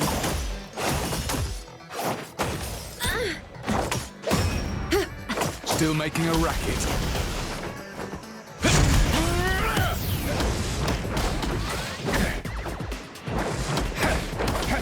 Youthful folly!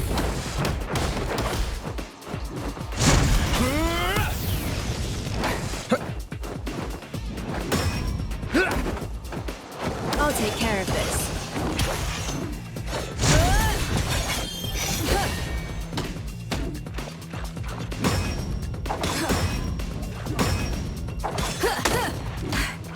It's all in vain.